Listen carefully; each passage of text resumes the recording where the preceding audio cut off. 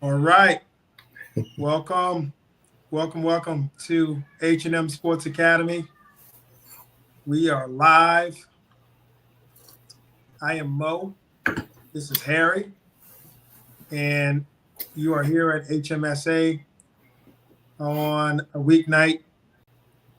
We are here to talk some sports to you, here to recap last week's busy NFL and Yeah. NBA schedule, and talk about some news and notes as well.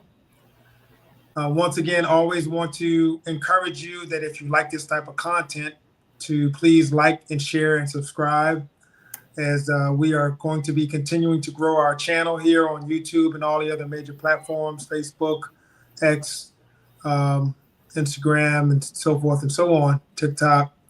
And certainly welcome all those who will be checking this out, and certainly looking forward to growing as you become parts of this channel and subscribers. If you can't tell, my radio DJ voice is not here today. Had a hell of Um, a weekend, huh? yeah, little bit of a weekend. I lost my voice over the weekend. I'm still trying to get it back. You know what I'm saying?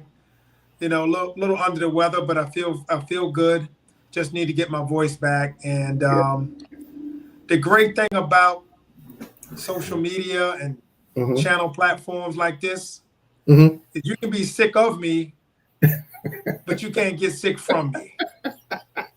That's very true. I had you down for probable. I never Yeah, doubted you. We yeah, did a little warm up. I had to see you in yeah, action. You got your tea over there, so yeah. you're gonna gut it out. I appreciate you gutting it out. I'm on a 21 day list now. I'm back eligible now. Start practicing. So, Oh man. but we're here to talk sports, and we love what we do. So we Yeah, certainly we do. appreciate everyone being there. And we're going to be recapping the New York Giants, who traveled to Chicago Soldier Field to play the Bears, Mm-hmm. and a Rock'em Sock'em division of two of the oldest franchises in all of pro sports, right? So a lot of Yeah. history there. And they And broke out the old Giants uniforms, man. My son, it's funny. He's 14, right? Junior. So yeah, junior, man, he looks like, man, those some nice looking uniforms, man. They look so good, man. funny. I said, those the old. He said, those new. I said, nah, man, those are retros, Nope. man. Yeah, so old they look new, right? This is So old they crazy. look new, man. Sometimes, you gotta go back in history and recycle them, but they look great, Oh man. They're man, popping, the white on I white. remember them. I remember them uniforms, man. Monday Night Football, Mark Bavaro getting out there, getting Mm. knocked out, playing Phil San Francisco, Sims. man. All types of big games. Yes, yeah, Yeah, man. no Those doubt. throwback memories, man. Beautiful, beautiful uniforms. Yeah, no doubt, no doubt. And for the Bears fans, and of course for you, it was a Yeah. beautiful result, man. A 24-20 win. Another big victory here with a comeback. Mm-hmm. Um, starting to show some mettle here with the Chicago Bears, having lost their first two games and Mm-hmm. then reeled off 6-1 record ever since. And so now you're officially on a heater, Yeah. and playing good ball, finding ways to finish games, to close games Mm-hmm. out. Young Yeah. quarterback is starting to mature and take on the personality of your coach, Mm-hmm. and a lot of big things there going there. So that's exciting for Chicago fans. I mean, you did it to the Giants. You got the coach fired. How you feel about that, man? I mean, how do you feel for yourself? Do you feel good? Do you feel good about what you did? You got Dabo fired. Hey, man, this a results based league, man. We gotta do what we gotta do. What Ivan Drago say? If he dies, Nice. he Nice. dies. we we I think we more or less just kind of we just pulled a plug on that. I think that situation was already Yeah. probably headed that way, and we Yeah. talked about this back when they were on Hard Knocks, and the GM made that decision to let go of Saquon Yeah. and then go with Danny Dimes, and then a year later they let go of I think mid-season they end up letting go of Danny Dimes. Yeah. And both of those players go off into new destinations. Look great. And only become, one wins a Super Bowl, the other one becomes an MVP candidate.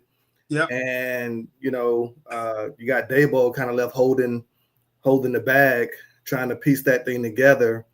And it just wasn't, a situation where I felt like with the injuries, I think if they'd have stayed a little bit healthy, with Scatterbo and Neighbors and Dart, they would have had something. Unfortunately, this is the NFL, and injuries are a part of the game. And he just ran out of time. Yeah, and two different topics that we won't get into too much today that I thought about with this situation. Number one, these coaches under so much pressure to win, and they get these young quarterbacks and players, and they extend them out, try to get kind of catch lightning in a bottle. I mean, Daboll's ass got fined for going in the blue tent. He was so desperate, right? He's so desperate because he doesn't have and you talked about it, and we talked about it starting the great programs and organizations historically have had great systems. Yep. And when you look at, we can add, the Commanders to that equation in this discussion as well, That's right? When you got these young quarterbacks running these college style systems, Kyler Murray, over in Arizona, eventually same coach, eventually that well runs dry. Yep. And you're kind of stuck, or I don't know when I say stuck, you're forced to play the hand that you've given, and sometimes it's giving you, it's almost like a great heater at Vegas, man. You riding that heater, and then eventually it's gonna go away. Have you put enough in the bank to kind of to get yourself through it? And in most cases you can't, because you can't withstand an injury or multiple injuries, right? Especially at the QB position. And that's the thing, situation with Jackson Dart getting injured.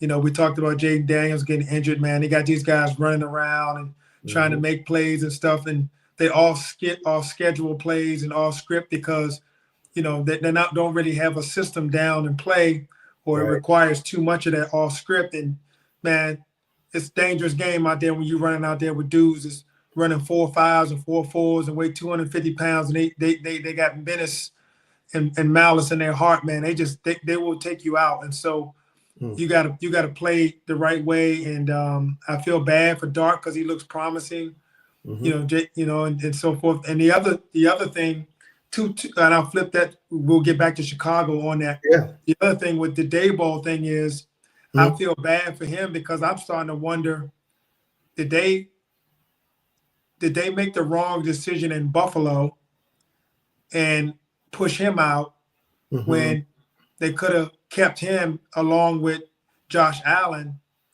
and the offensive coach, and then they got the defensive coach, and now you look up and the New England Patriots have turned that division around, and in 5 years you had them dead to rights and you couldn't turn it around, and now you're in second place in that division. Looking up. And right. Daboll loves Buffalo. He's a Buffalo guy. He didn't want to leave there. So I feel bad for him because I think he did the best he could, but he probably just wanted to stay with Josh Allen. Oh yeah. I think a lot of OCs, I think the progression to head coach from the offensive side of the ball is tight ends coach, offensive coordinator, and then from offensive coordinator you get your head coaching job, right? Yep. And he was just going through the natural progression of what he thought was his best opportunity to be a head coach. Yep. Unfortunately, I think you're right. You hit the nail on the head. I don't think Buffalo valued what he did and I don't think they looked far enough into the future to see where the league was going. It took me a while to get there too. I think there's a lot of great defensive coaches, but with the rules of the game now, and you watch it with the same intent and the same fervor that I do, even if you call a great defensive play now, man, and we're going to talk about the Bears, but we called a beautiful blitz against Jackson Dart. His helmet is loose. We hit him. His helmet flies up and kind of comes off his head. And our linebacker, Noah Sewell, hits him like in the shoulder, and the helmet flies off. And the referee about ripped his shoulder out, throwing a penalty. And I'm sitting here thinking, again, I'm sitting there with Junior, I'm sitting there with my son, and I'm like, we all play football. You know how loose your helmet have to be for somebody to knock it off from not ripping it? So that's already, to me, that's a cardinal sin. And then two, if my helmet comes up over my eyes, that changes my hit zone to where I didn't really hit your helmet off. It's just your helmet's already coming off and it's a little higher. I didn't hit you in your head. I hit you at the top, of just a collision. So I said all that to say, the most protected space for the quarterback right now is in the pocket. You can't hit him in the knees. You can't hit him in the head. If you glance and take a swipe at the ball and hit him in the head, we're seeing all kind of, protection for them. So for a defensive coach, the juice, I hate to say it, is just not worth the squeeze, because you're going to consistently lose your best offensive coordinator. And guess who I saw calling plays Sunday, who I never thought would be calling plays, man? Old meathead himself. Dan Campbell. He done took the reins away from his OC. He barking and yelling, and I said, I took my note. I said, he over there beating up on the Commandos, man. He dialing it up. I said, okay, I took a little note. You sure that one of Chili's menu he was reading? Man, he's smiling and barking. I said, you do know that's the Commanders. They down 10 players, and he done took over offensive play calling. But to get back to your original point, I don't think Buffalo was in the mindset to kind of see. Yeah, we got a great tandem with Daboll and Josh Allen. Why don't we just go find us a solid defensive coordinator that we can roll with, and go from there, as opposed to, I don't even know what they are now. This is bad. This is bad for Buffalo. It's the classic spend all our money on defense and then ask the quarterback to be a hero and bail us out. I don't know how they got there, though. How did they get there? Well, I mean, why did that become their? Because McDermott's a defensive coach, and he said, "Hey, you win championships with defense."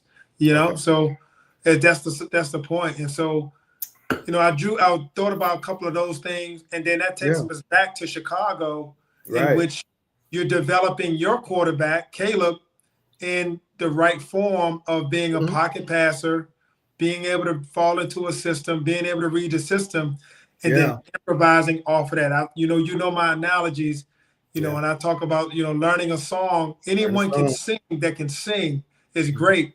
But if you don't learn the music first, don't tell me about hitting high notes and holding notes and all this and falsetto and all of that. You don't know the words to the song. You can't freelance and ad lib until you have the script down. Right. And so you need to teach your quarterbacks first how to be a quarterback in the system, which is what Ben Johnson is preaching. And even though he's had to take some bad habits away and maybe take some playmaking away, he's trying to build it the right way. And it's early, man.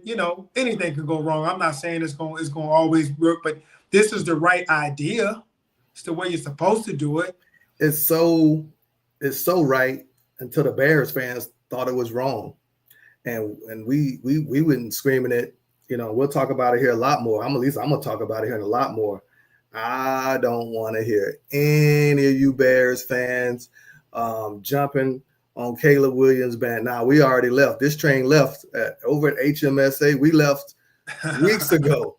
Weeks ago. You enjoy the show. We'll get you next year when you get right. But the talent, and we had the Q&A. You said it like, this is the best player on our team. I'm not sure what people are looking at. I don't know how y'all figuring y'all winning these damn games. It wasn't that hard for us to see it. And I'm gonna pat my back and toot our own horns on that. Like sometimes learning that song, and because people don't go to practice, they just see the final the presentation or the final performance. It's a little bit, Ben Johnson is a mad scientist in that way. And he's like, look, man, we're going to learn it under fire together. And he's been saying this, in December, we will be playing our best football. And everything Ben Johnson has said has come to fruition, right? And I'm not we're gonna start off. It's not gonna look that great. We're gonna start to, I think we'll know. Well, what's your run game gonna look like, Coach? I'm not too sure. I got to see how all the pieces fit together. Beginning of the season, the run game's struggling. We go into the bye, and he comes out, and now we're the top 5 rushing team in the league, right? Eventually, that's going to translate over to the passing game, and the last piece of it is, I think, it's just a natural, what I call fact of Caleb Williams has been a top talent his whole life, and if you think better coaching, better habits, and building the things that Ben Johnson sees what makes an elite quarterback is only going to make him worse, I got news for you. It's only going to get easier. It's only going to get easier. Don't get me wrong. The league is hard, but we haven't had all of the pre-snap penalties. He's starting to learn the playbook. He's starting to process very quickly. He leaves a couple of plays, I would say, a little bit too soon. His eyes drops a little bit, and he started getting in Superman mode.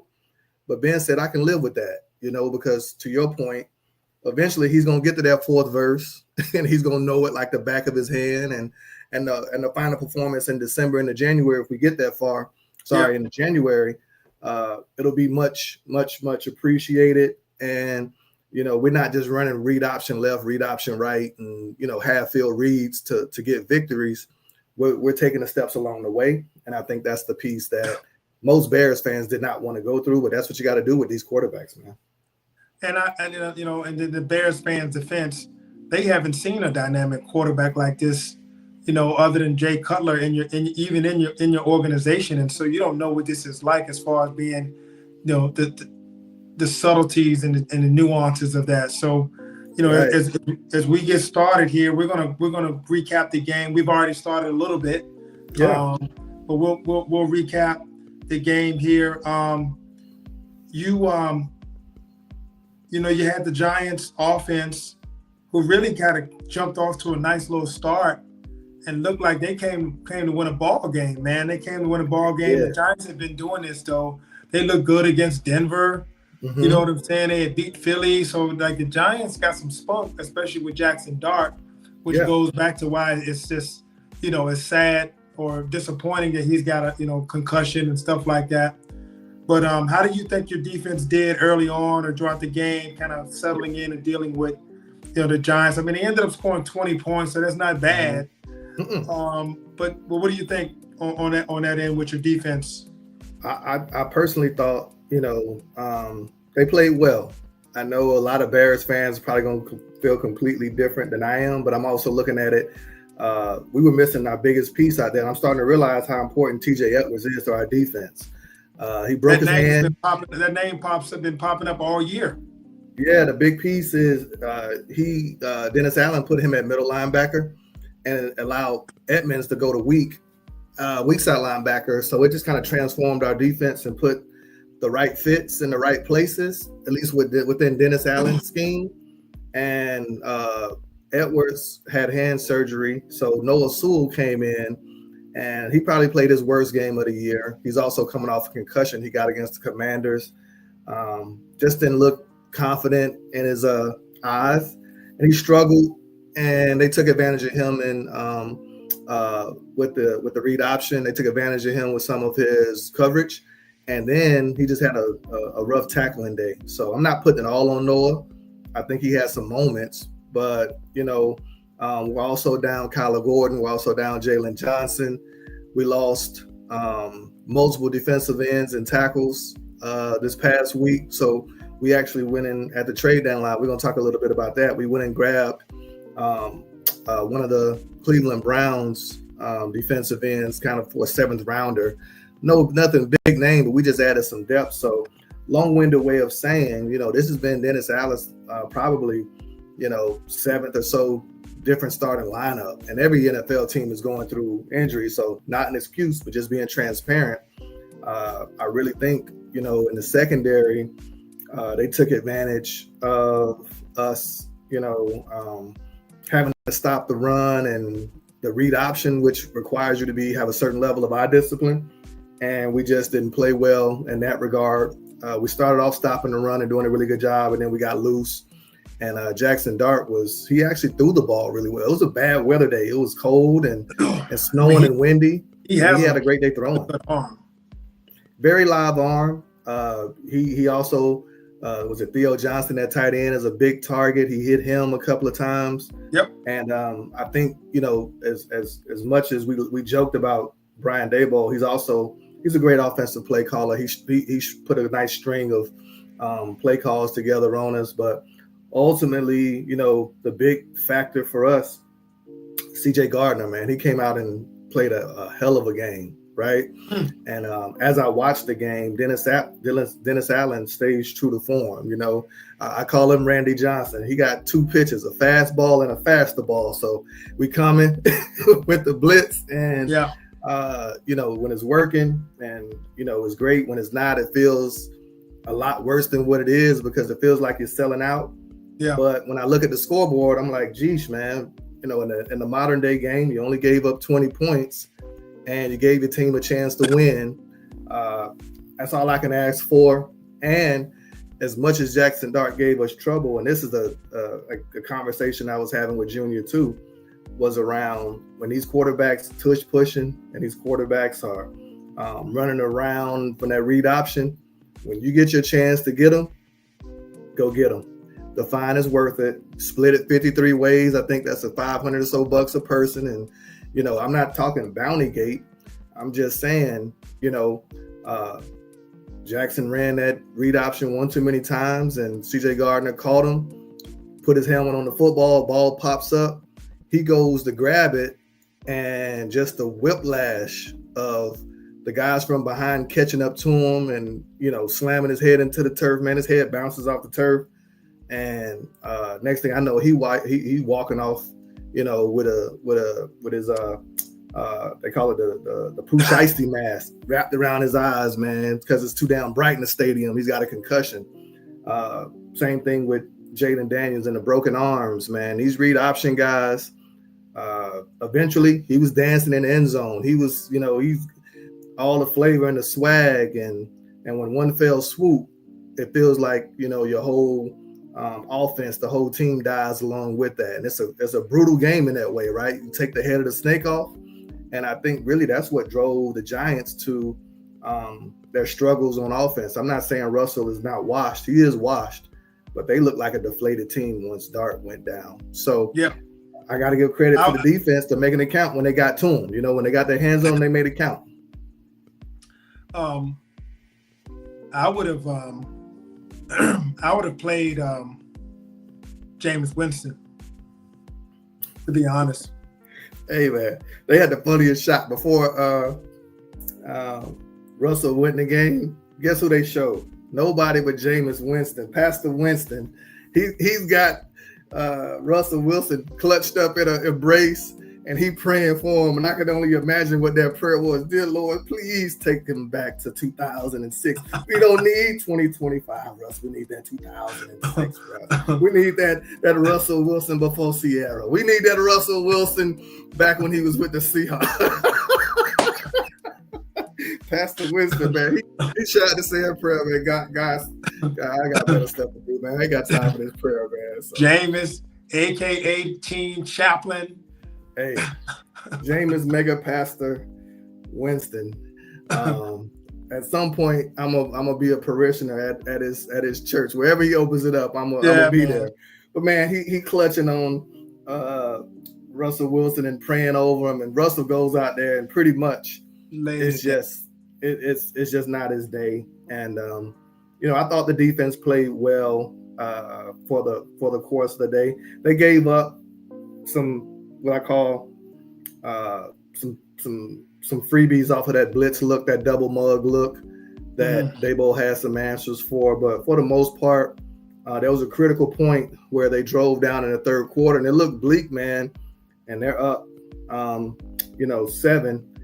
And instead of them going ahead and going for it, they were on it was 4th and goal at the 1. They elected to kick, took our advice, took points, and Greg Olsen jumps all over him. You know, and at the time, I'm like, what am I listening to? Greg Olsen's like, look, you know, this is one team. I know, you know, it sounds crazy, but I think he made the wrong decision here, because if the Giants don't get it, the Bears are backed up on their own 1 yard line, and they got to go 99 yards to get anything going. And it's about eight minutes or so left.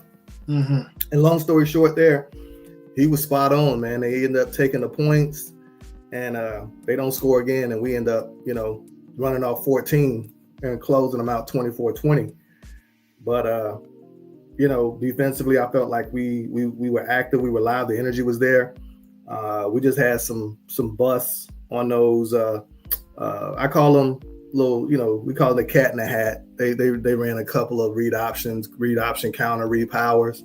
I was pretty well designed and schemed up. They gave us a little trouble, and some of the passing attack was pretty. I thought Jackson just made some really great throws. Yeah, man, and to close that portion out. Mm-hmm. The great Steve Young said, "I've heard of old quarterbacks. I've heard of running quarterbacks. Right. I ain't never seen no old running quarterbacks. never, ever. They just don't. It just doesn't exist, don't last, man. Bro. You can't. The game is too violent, and the reality is, I think that was the other, the last domino that got Daboll fired was the fact they felt that I'm sure the owners felt he was being reckless with Jackson Dart because he left him in a little too long. Yeah. Jackson Dart also he played another series after that hit that I spoke of when he fumbled. Yeah. And I think Daboll was so desperate that they felt like he was starting to make decisions that were best for the team long term, and once you get to that point, you lost the trust. And as a head coach, that's the last thing to go, man. Once the trust goes and they don't believe you're making sound decisions, you're pretty much done for. So done. So well, you flip the other side, how'd your offense fared? I mean, you kind of was fighting uphill for a big portion of the game, kind of fighting uphill, but it's still the same timetable, not that you couldn't have come back, but when Dart goes out, pretty much any momentum that they had, any real chances that they had to, to continue to score and make it tough for you to close the gap, that kind of goes away, and now you just got to peck away at it. So, was it the stick-to-itiveness of your offense to stay on track, and and understand that you had enough time, and then Caleb, man, closing it out. What'd you see with your offense? Man, what did I see? Oof! I saw him, man. This is a guy, Caleb Saquon Williams, aka 18. I call him, and we got a new nickname for him. The team calls him Iceman now, just because of how cold and how what's running through his veins in these moments, man. Yeah. You asked the question, what did I see? I didn't feel like I wasn't loving the game plan initially, but I also understood it. Ben went to more of a quick style passing game because of the weather. It was windy and it was cold. And Caleb actually, this was his most, I think this was his best game as a Bear, as far as his ability and all his talents on display. Yeah. But I think what drove it was just a rough day at the office for the receivers. I counted 7 drops on the day, and it's tough. And you've been there on offense where you call up the right plays. We had 2 touchdowns dropped, and then we had some what I call big chunk plays, explosives, that got dropped too. And it was just enough to keep us off track. Yeah. And the Giants defense has been struggling. It's a weird defense, man. They lead, Brian Burns leads the league in sacks with 11, and they also rank like 31st or 30th in the league in total defense for yards and everything that they're giving up. So weird defense. and they leave a lot of big plays out there, and we just couldn't capitalize on them. And they were also live. This was a big game for them because they could actually keep things, in motion in the NFL. I know sometimes it looks bleak, but 3-4, getting back to 4-4 versus a 5-4 is huge, right? So they were playing desperate, and I think Caleb, from my perspective, he was calculated. This is the most evasive I saw him. He avoided multiple sacks. He was really, really, really, like I say, dialed in with his passing attack. It just couldn't get going because of the disjointedness and the drops. And in our run game, they're actually pretty good against. They're not historically good this season. They weren't great against the run, but they were actually pretty solid early on against the run. And I think what you saw, and this is why I love Ben Johnson, man. He's such a intelligent guy and such a calm guy.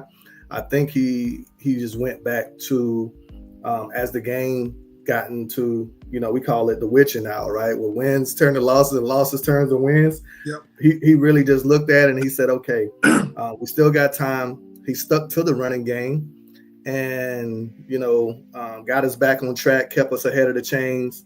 And then he also turned it over to Caleb. And Caleb actually beat the Giants with his legs last week in that game. And before, we had talked about him leaving some plays on the field, trying to make my analogy, he running around like getting chased by a swarm of bees, and he'll throw the pass, and they just weren't connecting. And this week, when he rolled, he turned that corner, man. And people don't realize how great of an athlete he is. He's a legit 4-4 guy. He's real, what I call just got a thick trunk, lower half, super solid. He's not running out of a read option. He was just running out of a scramble. So the defense, and he's intelligent. He gets out of bounds. He slides. So this was the game where I felt like he really hurt him. He had over 50 yards with his legs. And, the reality for me in this game, I just saw Caleb grow up, man. And sometimes they had him mic'd up, and they had Keenum. Keenum bouncing around the league, backup quarterback.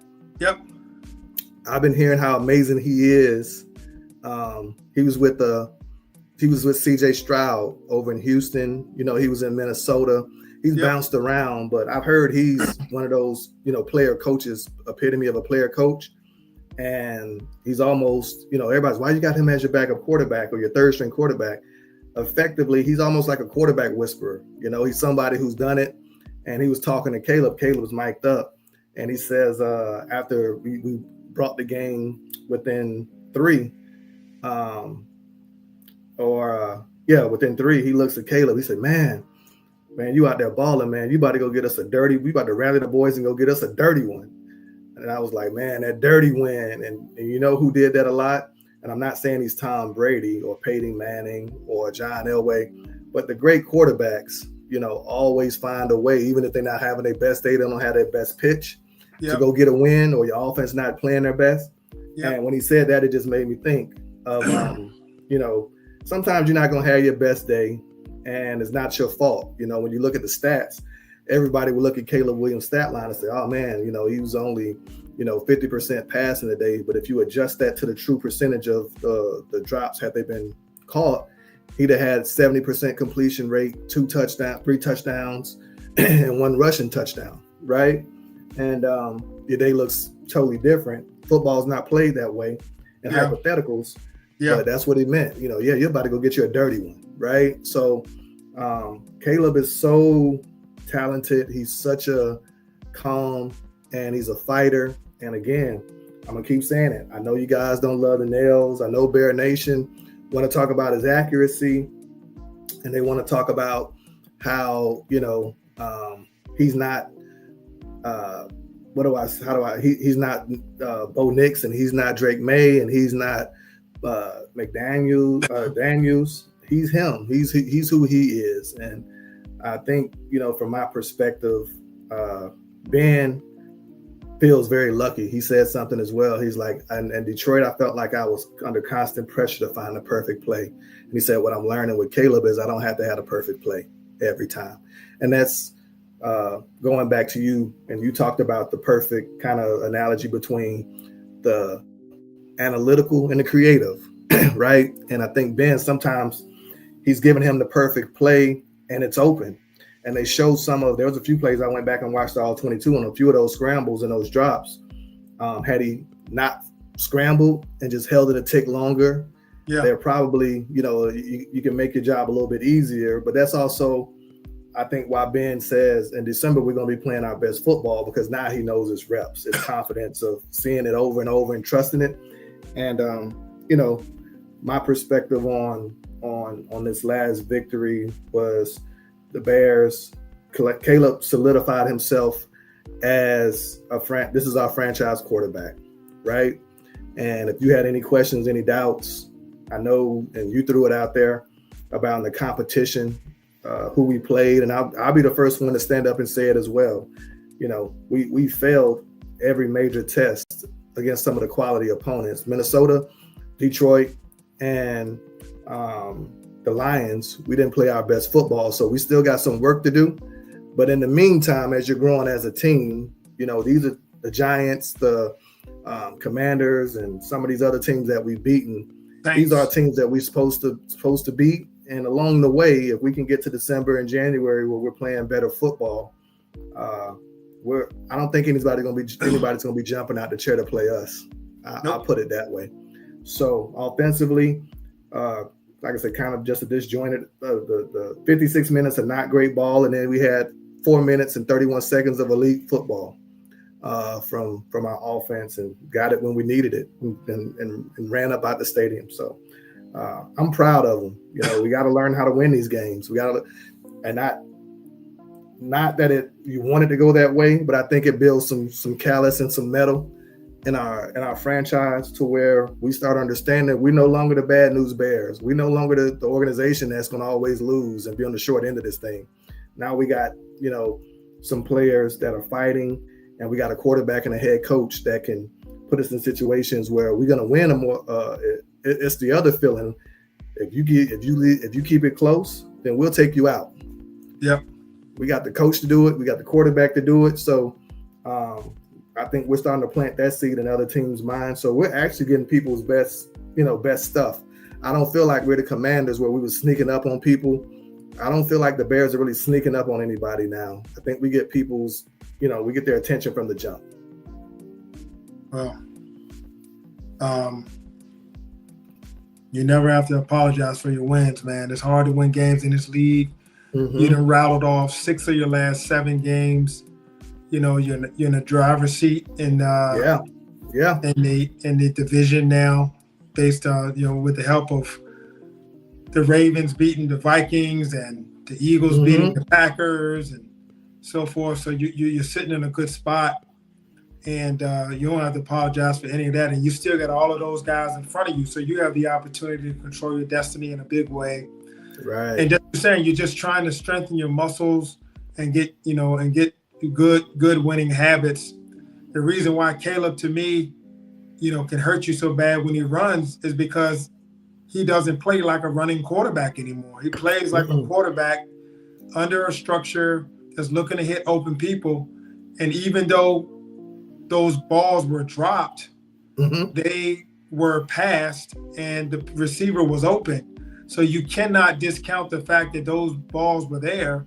So later in the game, when he decides to pull it down and run, it's there for him because the defense doesn't account for that, unlike a quarterback who just is quick to pull it down and take off at the drop of a hat. So it makes a big difference. It really hurts you, too, if you're on the other side of the ball when you have to see that. It can really break your back. So just seems like you're in a good groove, man. What do you think was the series or the play that kind of shifted this game? Because the Giants did have control for quite a while, and you still had to come back at the end and pull it out. Yeah. What do you think? Was it a defensive play? Was it what was it that kind of made this flip this game back? I'm gonna give Colston Loveland his flowers again, and I'm also gonna give Darnell Wright, our right tackle. There was a play late in the fourth and the second to last possession where we had Burns, who he tried a spin move or something on Darnell Wright, and Darnell Wright, it's been all over X, it's been all over the NFL.com. This is Darnell Wright's second week in a row of this elite right tackle play. Against Cincinnati, he's driving Shamar Turner 15 yards parallel to the line of scrimmage on a big fourth down, and just cooking breakfast out there. He got more pancakes than the family at IHOP, with all kind of syrup on there. And on this play, he actually catches him spinning, and he takes him with his left hand and throws him on the ground like a little kid. Wow. And just stands over him. And on the other side, Thibodeau, gets around Theo Benedict, our left tackle. Caleb reverse spins out. And on a day where we were having trouble catching the ball, Caleb rolls out to his left and he fires an absolute missile to Colston Loveland a little bit behind him. And it's snowing, it's windy, and Colston Loveland catches the ball, man, contorts his body. He's a hands catcher, looks it all the way in. And it was just like, wow, like the whole sequence of that play, it just gave us confidence and kind of put some life into us. And it was the catalyst to us getting that first touchdown to start the comeback. So I thought that was the play that really, got us going. And Colston is the guy we got to lean into a little more, man. This guy, he's a talented I know guy. He's a rookie. He's so talented, man. I was looking at him. And he's huge. He's huge and he's fast. And he doesn't play like a rookie. And we took a lot of flack for taking him at 10. Even myself, I wanted a left tackle. I wanted one of the running backs. But now I see the vision. This kid is special. And I think he's going to be a big part of the Bears' future. I'm knocking on wood he stays healthy, but he's a unicorn, man. He's unorthodox. And he had another great, a quiet, great day when the receiving corps was struggling. He stepped up. And him and Luther Burton, you'll hear about Luther here, man. My God, man, the route running of Luther Burton, he's so talented. Our young core on offense, it's almost like I'm watching Kyle Monangai and Caleb, and it's almost, I liken it to Venus Williams and Serena Williams' dad when he was talking about them as young girls, and they were asking him when Serena was winning championships, she was winning her first major. Yeah. And he said, they were like, hey, so what do you think about, the Serena? How good can she be? And he was like, she's going to be better than Venus. And everybody's like, how could you say that? She just won Wimbledon, and he's just like, you could just see it coming. And that's how I feel with our offense, man, with the youth, Kyle Monangai, Colston Loveland, Luther Burton, and Caleb. Yeah. You throw in Rome Odunze, who's, and shout out to James Odunze. He got his son a catch, man. The first play of the game, we told James to shut the hell up, but the first play of the game, who got the ball? Rome Odunze. So James, I'm gonna be quiet. You helping out your son. But yeah, when you look at that offense, I'm like, wow, man, we're gonna be hell. We're gonna be hell in years to come. So I think that play with Colston Loveland, catching a really difficult pass and watching all the young pieces come together at the right tackle, at the tight end, at the quarterback position, it really got us going. Wow, that's awesome, man. And that's kind of like you said with the witching hour.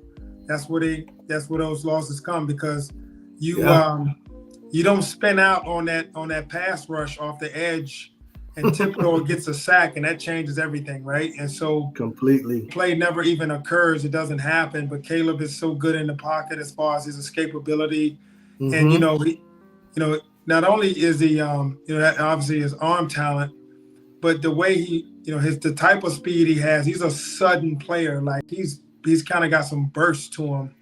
So when he changes direction and takes off, it's effective. And so just a hell of a win, a big win for you all. Now you're tied for first place moving forward. So we definitely got a lot of prospect there as we wrap up with the Bears and the Giants. The Giants going in the opposite direction. Mm-hmm. And as me being a Cowboys fan and covering them, you ain't gonna never hear me complaining about an NFC East team taking a loss No, unless no. it directly, knocked us out or affected us. So, appreciate the work on that one. Hey man, shout out to Caleb, shout out to Iceman. Like MJ said, the measure of a man is not when he up and and winning. The measure of man is when he's behind and he's still talking to you. And Caleb is behind the scenes, he's putting the work in. It's starting to come to light. And quiet as kept, he's been doing it for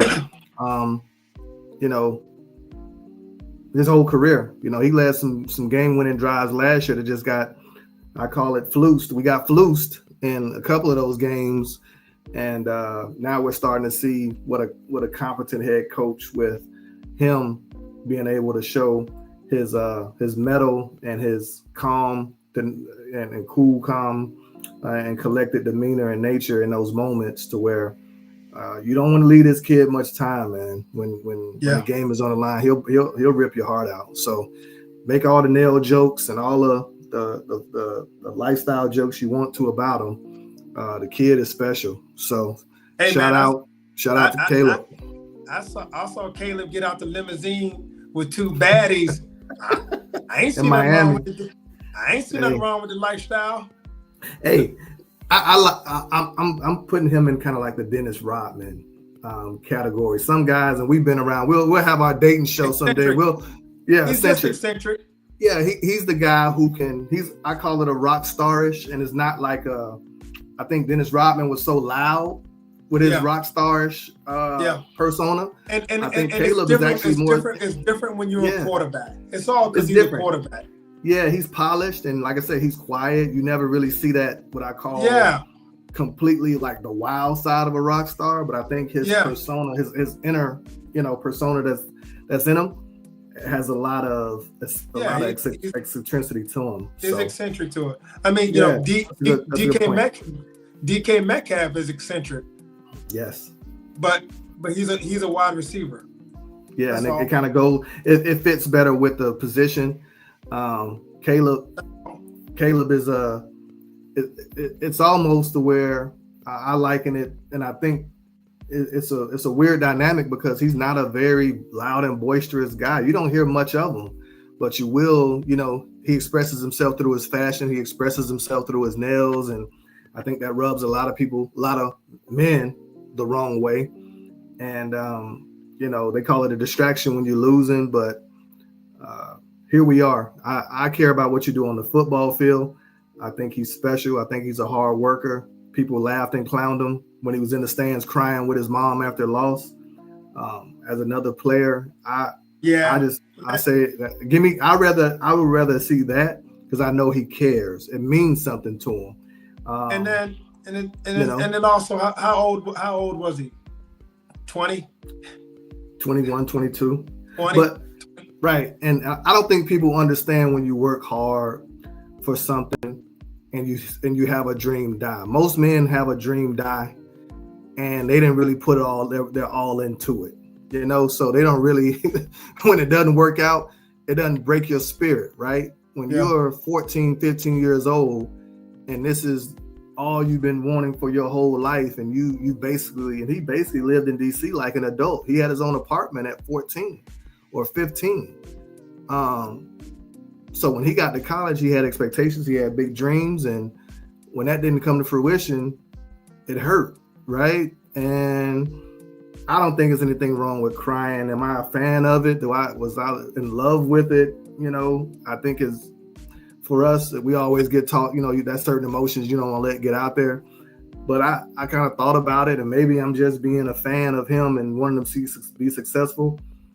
Hell, I'd rather see somebody cry at their loss than somebody, grab their stuff laughing and joking and moving on to the next thing. So he's okay with me. He's putting in the work, and I'm finally happy to see him with a coach and a staff that's going to push him to where he needs to go. And you know what, we're not even going to give those narratives a lot of energy around here, man. Honestly, and number one, it's overblown, and number two, honestly, it's old. It's old news, bro. I mean, this is 2000 and 21 when this happened. You know what I'm saying? It's just old news, man. Like, they gotta let that stuff go, man. And we're not gonna do it here because it's just, I think it's bad content, honestly, to even. It is. You know what I'm saying? It's just for what, bro? And it's like, we're not gonna do that. The dude's balling. We're gonna assess them this week and next week and go from there. So we'll wrap up the Bears. They got the W. They're up real quick. Yeah, I know we're wrapping up, but I want to. And you talked about it. So this is the current playoff picture, right? We got a big second half. We right a little bit past the halfway point.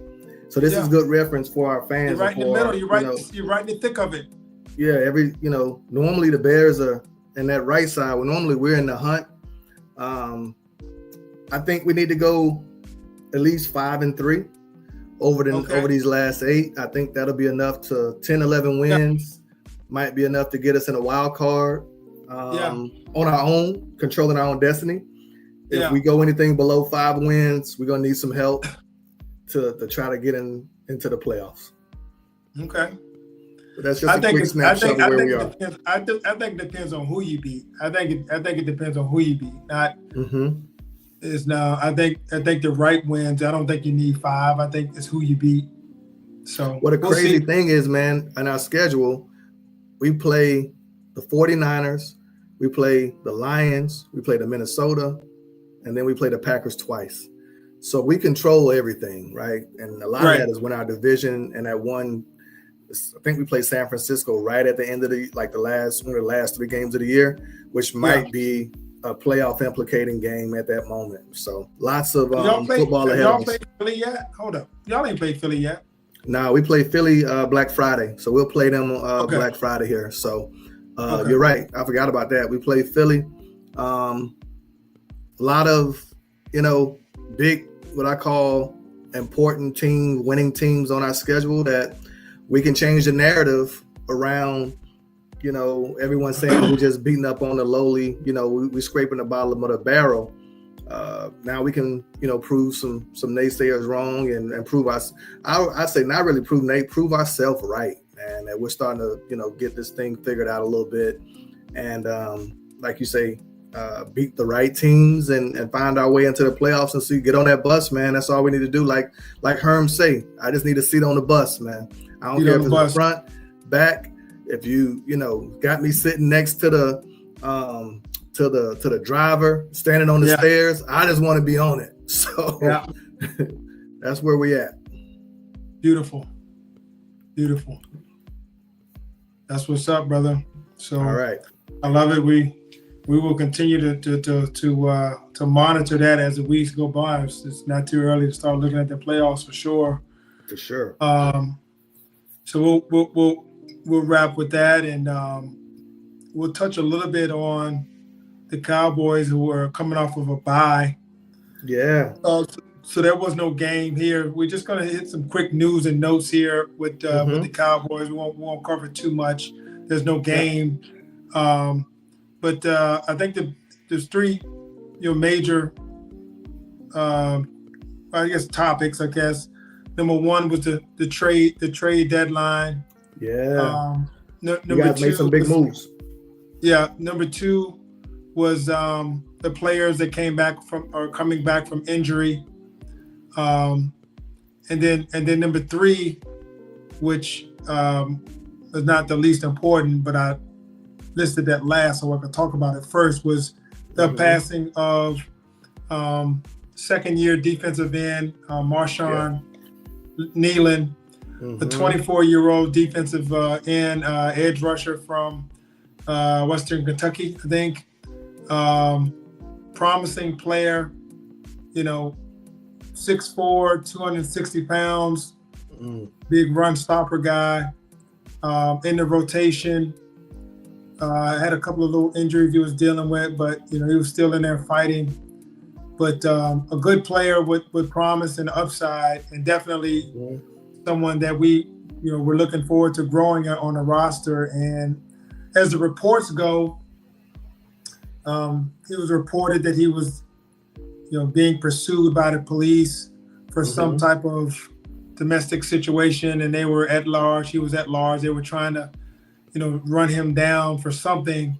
and they reported that, but they lost him, and they were not able to catch up with him.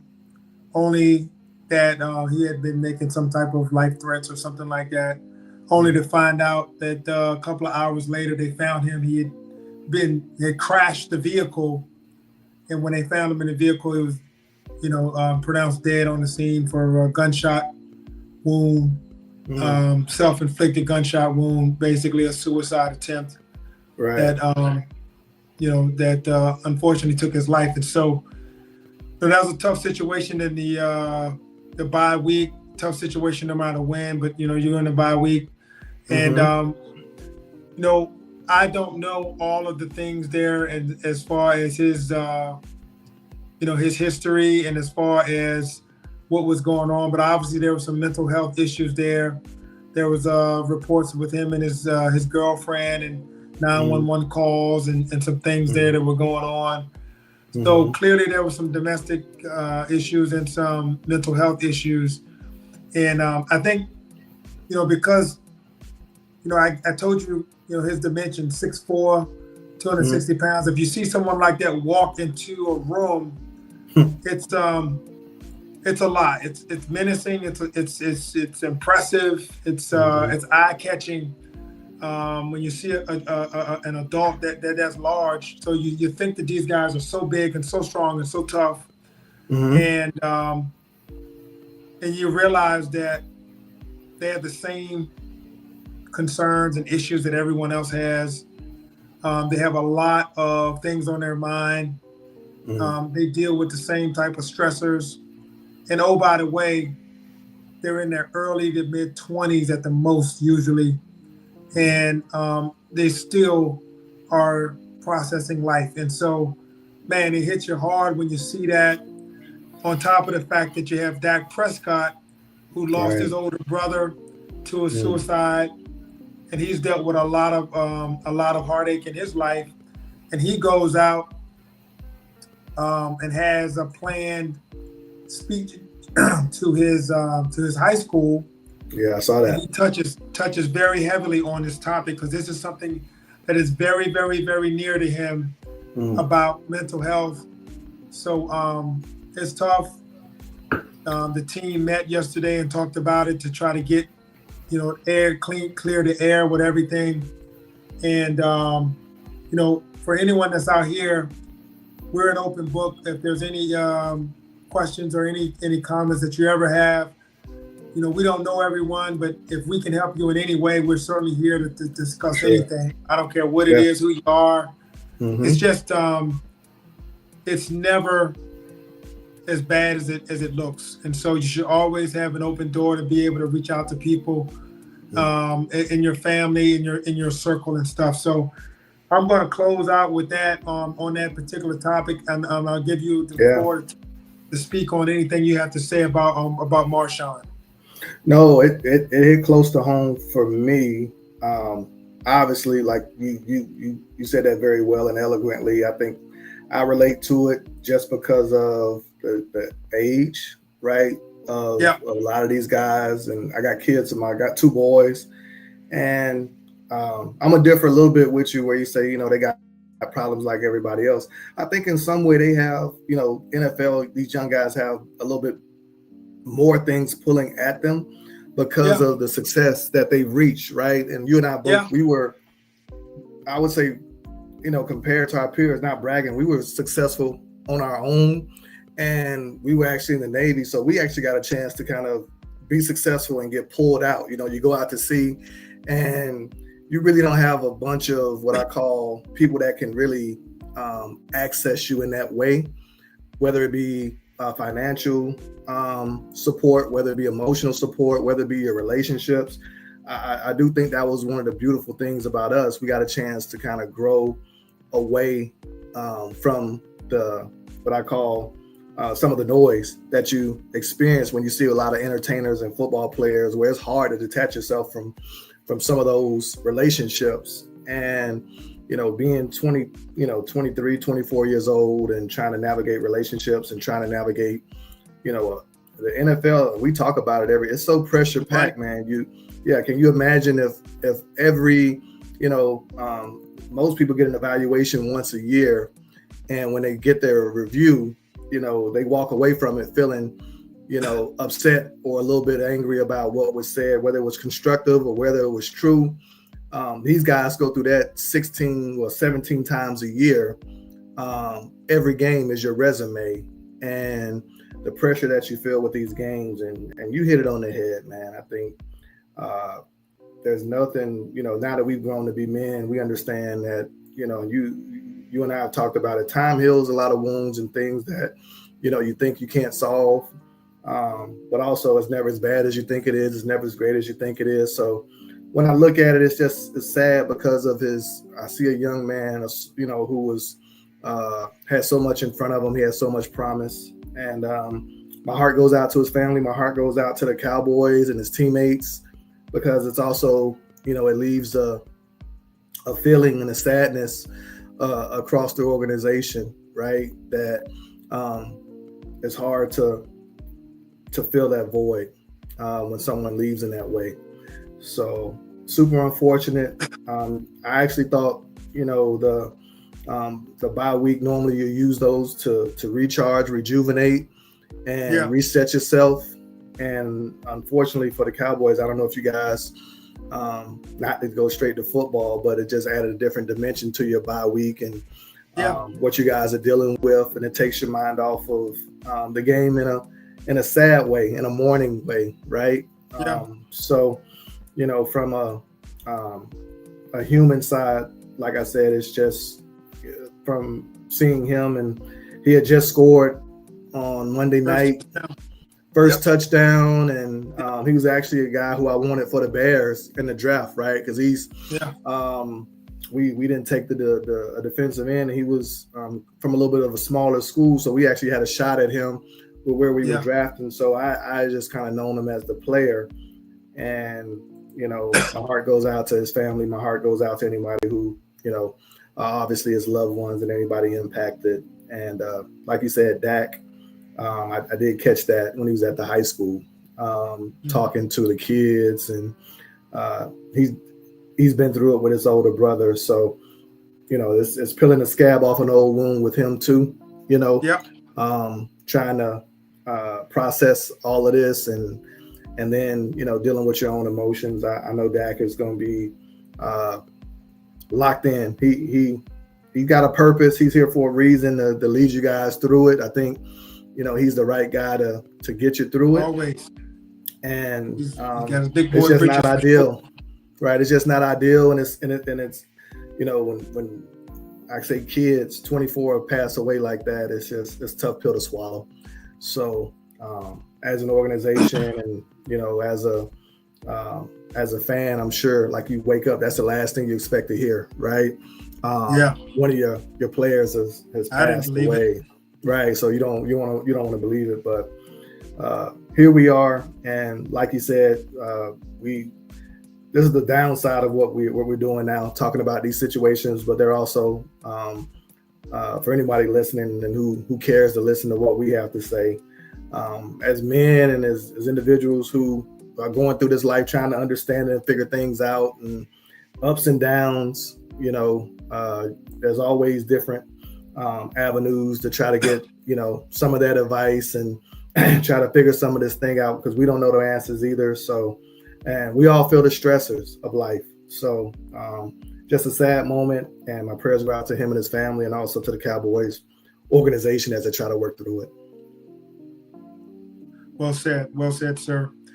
That Schottenheimer met with the team to discuss everything, and just wanted to kind of clear the air with all of the emotion and everything, and just have a day where no footballs was on the table, all just speaking about what it meant and everything. And I think that's smart.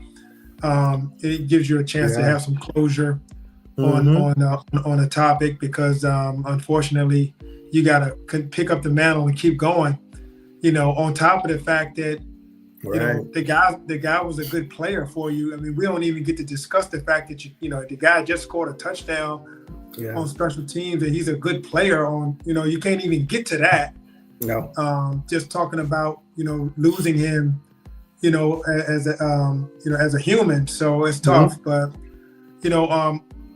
buried underneath that was the two trades that the Cowboys made to bolster their Yeah. defense, picking up Logan Wilson from the Bengals for a seventh round pick, a guy Mhm. who had led the NFL in tackles years before.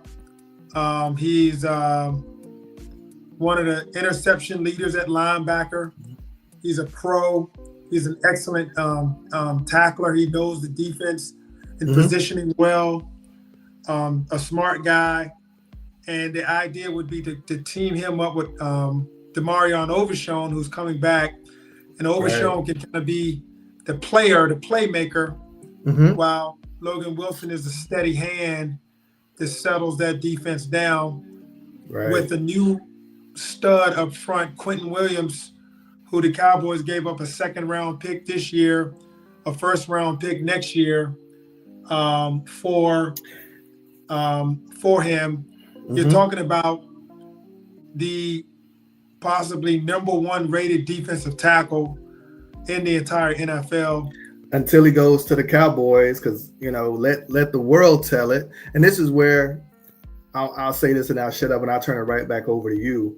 Yeah, As soon as the I know where deal you're went going. through, before the deal went through, and if anybody doesn't know how the trade deadline works, you had a 4 p.m. Eastern, right? That's right. To get all of these deals closed out and announced and worked out.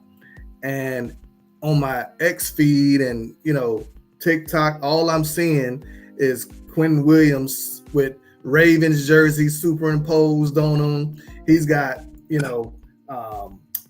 Packers and all these different teams wanted him, and he's this huge great player. And as soon as you guys get him, all I hear is this move makes the Cowboys. It's an F move. What do you think about that, man? When you guys end up letting Micah go to give you this type of freedom to rebuild your defense in the right way, and the first what I call major move after the trade of Micah to help shore up your defense, you get an F for grabbing a player like Quentin Williams. How does that make you feel, man? Yeah, I think it's just dummy football, and I think the reality is that people have decided that they have a stance with the Cowboys, and they've had that stance for so long that they will do any and everything to make that narrative fit, no matter what. Including making themselves sound silly and giving it a grade of an F. You gave up a second round pick this year and a first next year for a guy who most people would probably say is worth multiple first round picks. He's a premier player at his position that's 27 years old and under contract for the next 3 seasons. I don't know who in your right mind would think that that's a terrible deal. He's the number one most double team person in the NFL, and also Odigizua is right there in the top 5. So you have two people who constantly get double teamed along with Kenny Clark. And That's now what I I was need to going to say. We double hadn't team talked about all Kenny of them. Clark. Yeah. You know what I'm saying? I know what you're saying. It's the easiest decision to make and so forth. And so just a true talent. And then, he's going to help protect the the linebacker that we just talked about, Logan, and make that whole center of your defense much, much stronger. And this is not just a thing for this year. The Cowboys are 3-5-1. They're not really in the playoff picture. This isn't about, this year necessarily. You want to see them play well and see what happens, but this is a long-term move. And everyone thinks that you got to make decisions in the offseason. Making a decision in the offseason when every team in the NFL is trying to get better is not smart. You do it now when you get these players at a premium at a at a good rate because the team is looking to fire sale, and now you get the better deal out of it. And only someone who just literally it just doesn't want to give this move props would hate on it. And so I don't even pay attention to those people because they have an agenda. It just doesn't even make sense. I mean, God, just look at his rating. Just look at the top 100. Just look at, just ask the offensive linemen, ask the centers who got to deal with the dude. Yeah, I think you're spot on. I think from my perspective, it's the Cowboys are always easy, low hanging fruit if you want to get your ratings up to say something polarizing.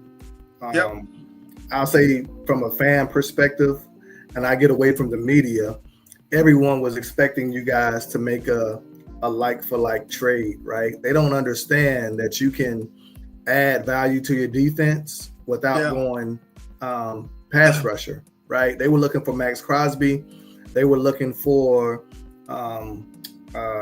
Trey Hendrickson because they had superimposed their jerseys, the Cowboys jerseys on those guys. And when that deal doesn't go through, he's not most defensive tackles aren't sexy. Even Warren Sapp, not a household name. So that's my perspective on it. But you're a much more intelligent football guy and understanding the building of a defense inside out, right? And Quinnen Williams, those type of guys don't become available very often. Do you overpay a little bit? You always do, right? Free agency, that's just the known. You overpay a little bit. Maybe you did. Who knows? Well, I'm saying in your case, and it's the same thing with us when we traded the number 1 pick to the Panthers, right? And we had our extra first and second. When you get that kind of flexibility, then you can make some splash moves, right? That's why you have those types of deals, so you can go and secure, what I call legit talent. That these are as long as he stays healthy, you don't have to worry about defensive tackle anymore because he's going to play high level football for you. And the Cowboys, for everything, they struggle drafting defensive tackles, which is why they let Mozzie Smith go. Oh yeah, he's in the trade move. So that was a clean deal. The Jets feel like they can bring him back to life. Okay, that's perfectly fine. Let them work with him, and so forth. And so you look at the situation. You get 2 first-round picks for Micah Parsons. You get Kenny Clark for Micah Parsons. You get a $50 million in cap space because of Micah Parsons, and you flip that with the Kenny Clark to get still 2 first-round picks in this year's draft. Right. Quentin Williams, you know what I'm saying? You gave up a 7th for Logan Wilson. I mean, this is a great deal to me. It's not too hard to capture. So. Real quick, sorry for you go, and let me educate the fans on this. If you guys, trade back just a little bit, right? So the 20th and the 24th pick, if you trade back 4 to 6 picks, you can basically recover what you lost. And from a player productivity standpoint, and we'll talk about how Howie Roseman, how he's doing, and how you are really starting to gain the draft system through. No one in this year's draft is going to be the talent of Quentin Williams, right? Not this year. Close. So everybody who's like, oh my God, you gave up a first. Well, for the next 3 years, you got them locked up and you're going to get great football out of them. And for most people who drafting, it's a crapshoot, right? As much as we think we know what we're getting, how many of these guys bust out, right, in the first round? So sometimes I think people get a little too locked in to these draft picks to where they hold them and they treat them like these,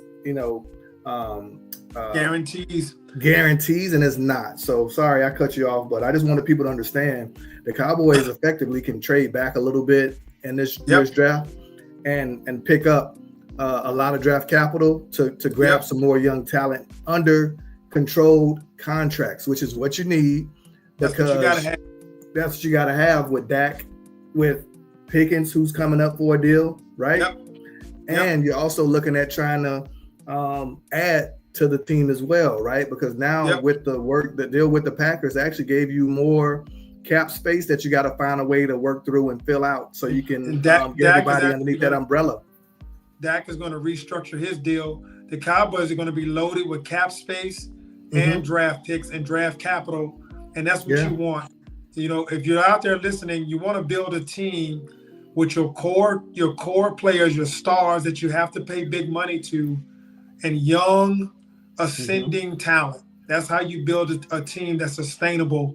With young ascending talent, and then you sprinkle in the free agent pieces to kind of get you over the top. You know what I'm saying? And the thing is that the Cowboys recognize they've struggled to draft defensive tackles. So sometimes you got to go outside of the draft because you don't do great in that category. You know what I'm saying?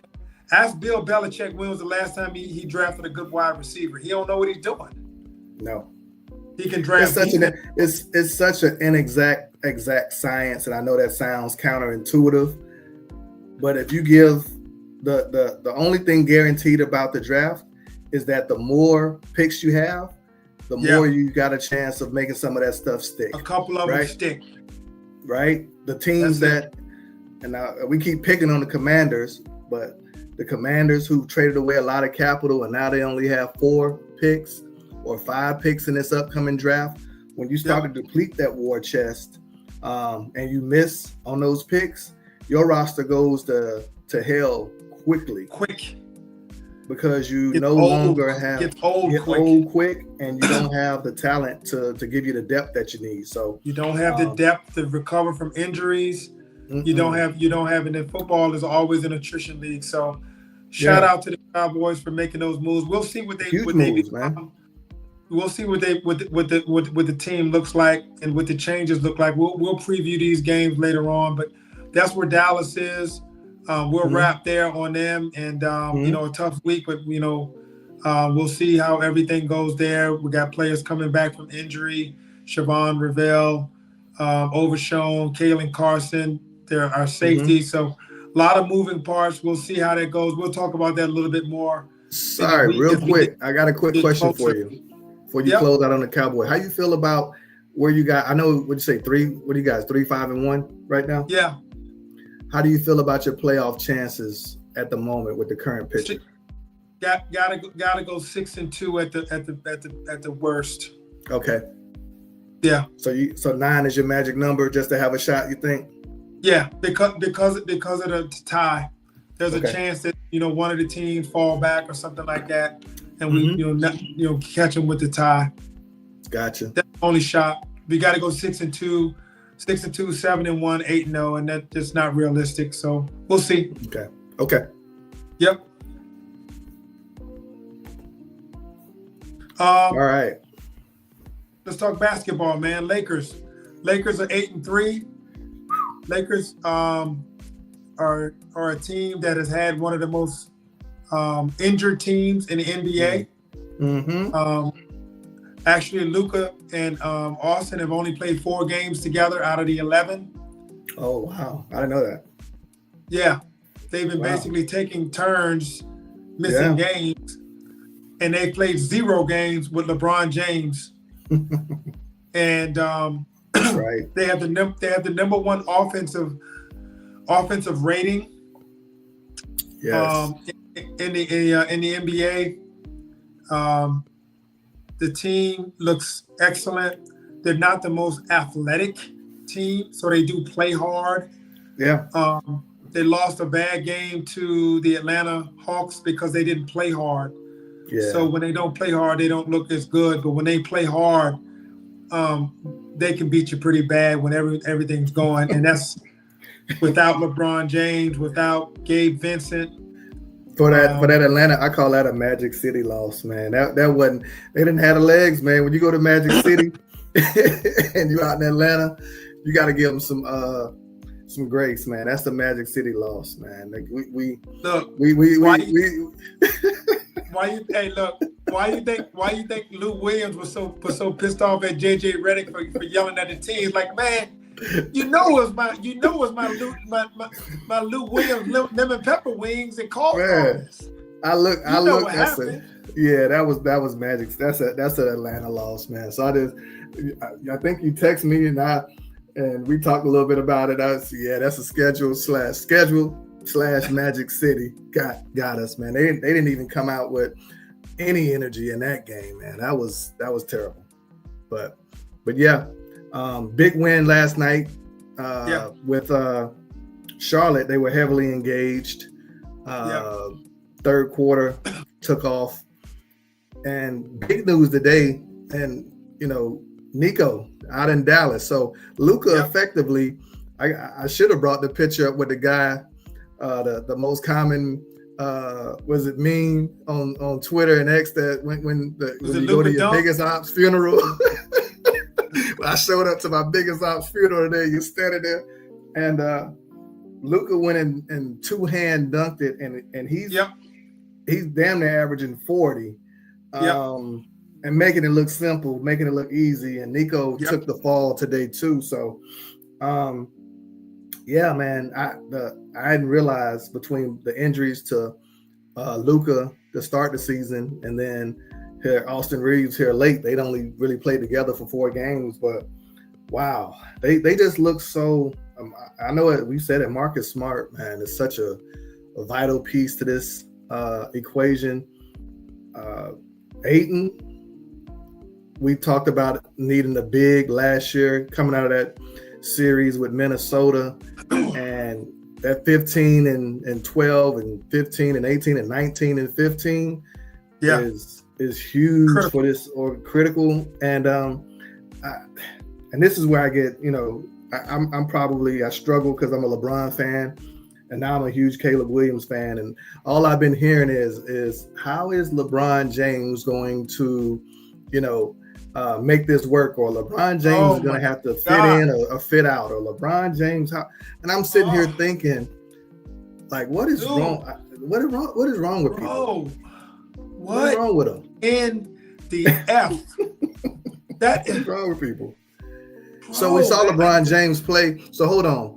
So he can go and fit into the Olympic team and just be the best player on the court. And a lot of people don't want to admit that, but he was the best player on the court as far as defending, passing, shooting, and rebounding. LeBron James was the best player on the court for our Olympic team that just took gold here.